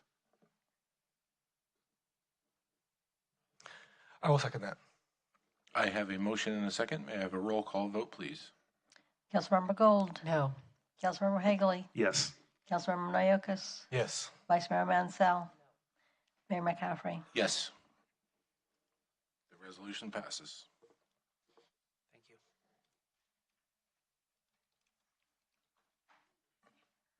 Moving on to item 9C, Sonoma County Mayors and Council Members Association Board of Directors appointments. City Clerk Curiel. Yes, Mayor McCaffrey and council members, as noted in staff report, the board directors next week on October 12th will be considering one vacancy on the North Bay Division board. At this time, only one letter of interest was received from the incumbent. Susan Harvey of Cotati. Correct. So we, do we want to have Susan continue her role? Okay, I'm not going to be able to make this meeting. I so- move that we reappoint to the North Bay Division Executive Board. Yeah, you can make a motion though. Oh, we need to make a public comment. Pardon me. I can take a motion and then get a second and then go for public on it. So I would like to move for the reappointment to the North Bay Division Executive Board. Susan Harvey, Mayor of Rohnert Park. Second. Katati, pardon me.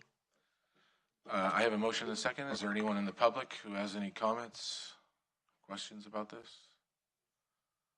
Any further discussion of the council? All in favor? Aye. Any opposed? Okay, the motion carries. Thank you, Vice Mayor Mansell, for filling in for me at the Flamingo. I have something else going on that night. So with that, we have no written communications, no closed sessions, so the meeting is adjourned.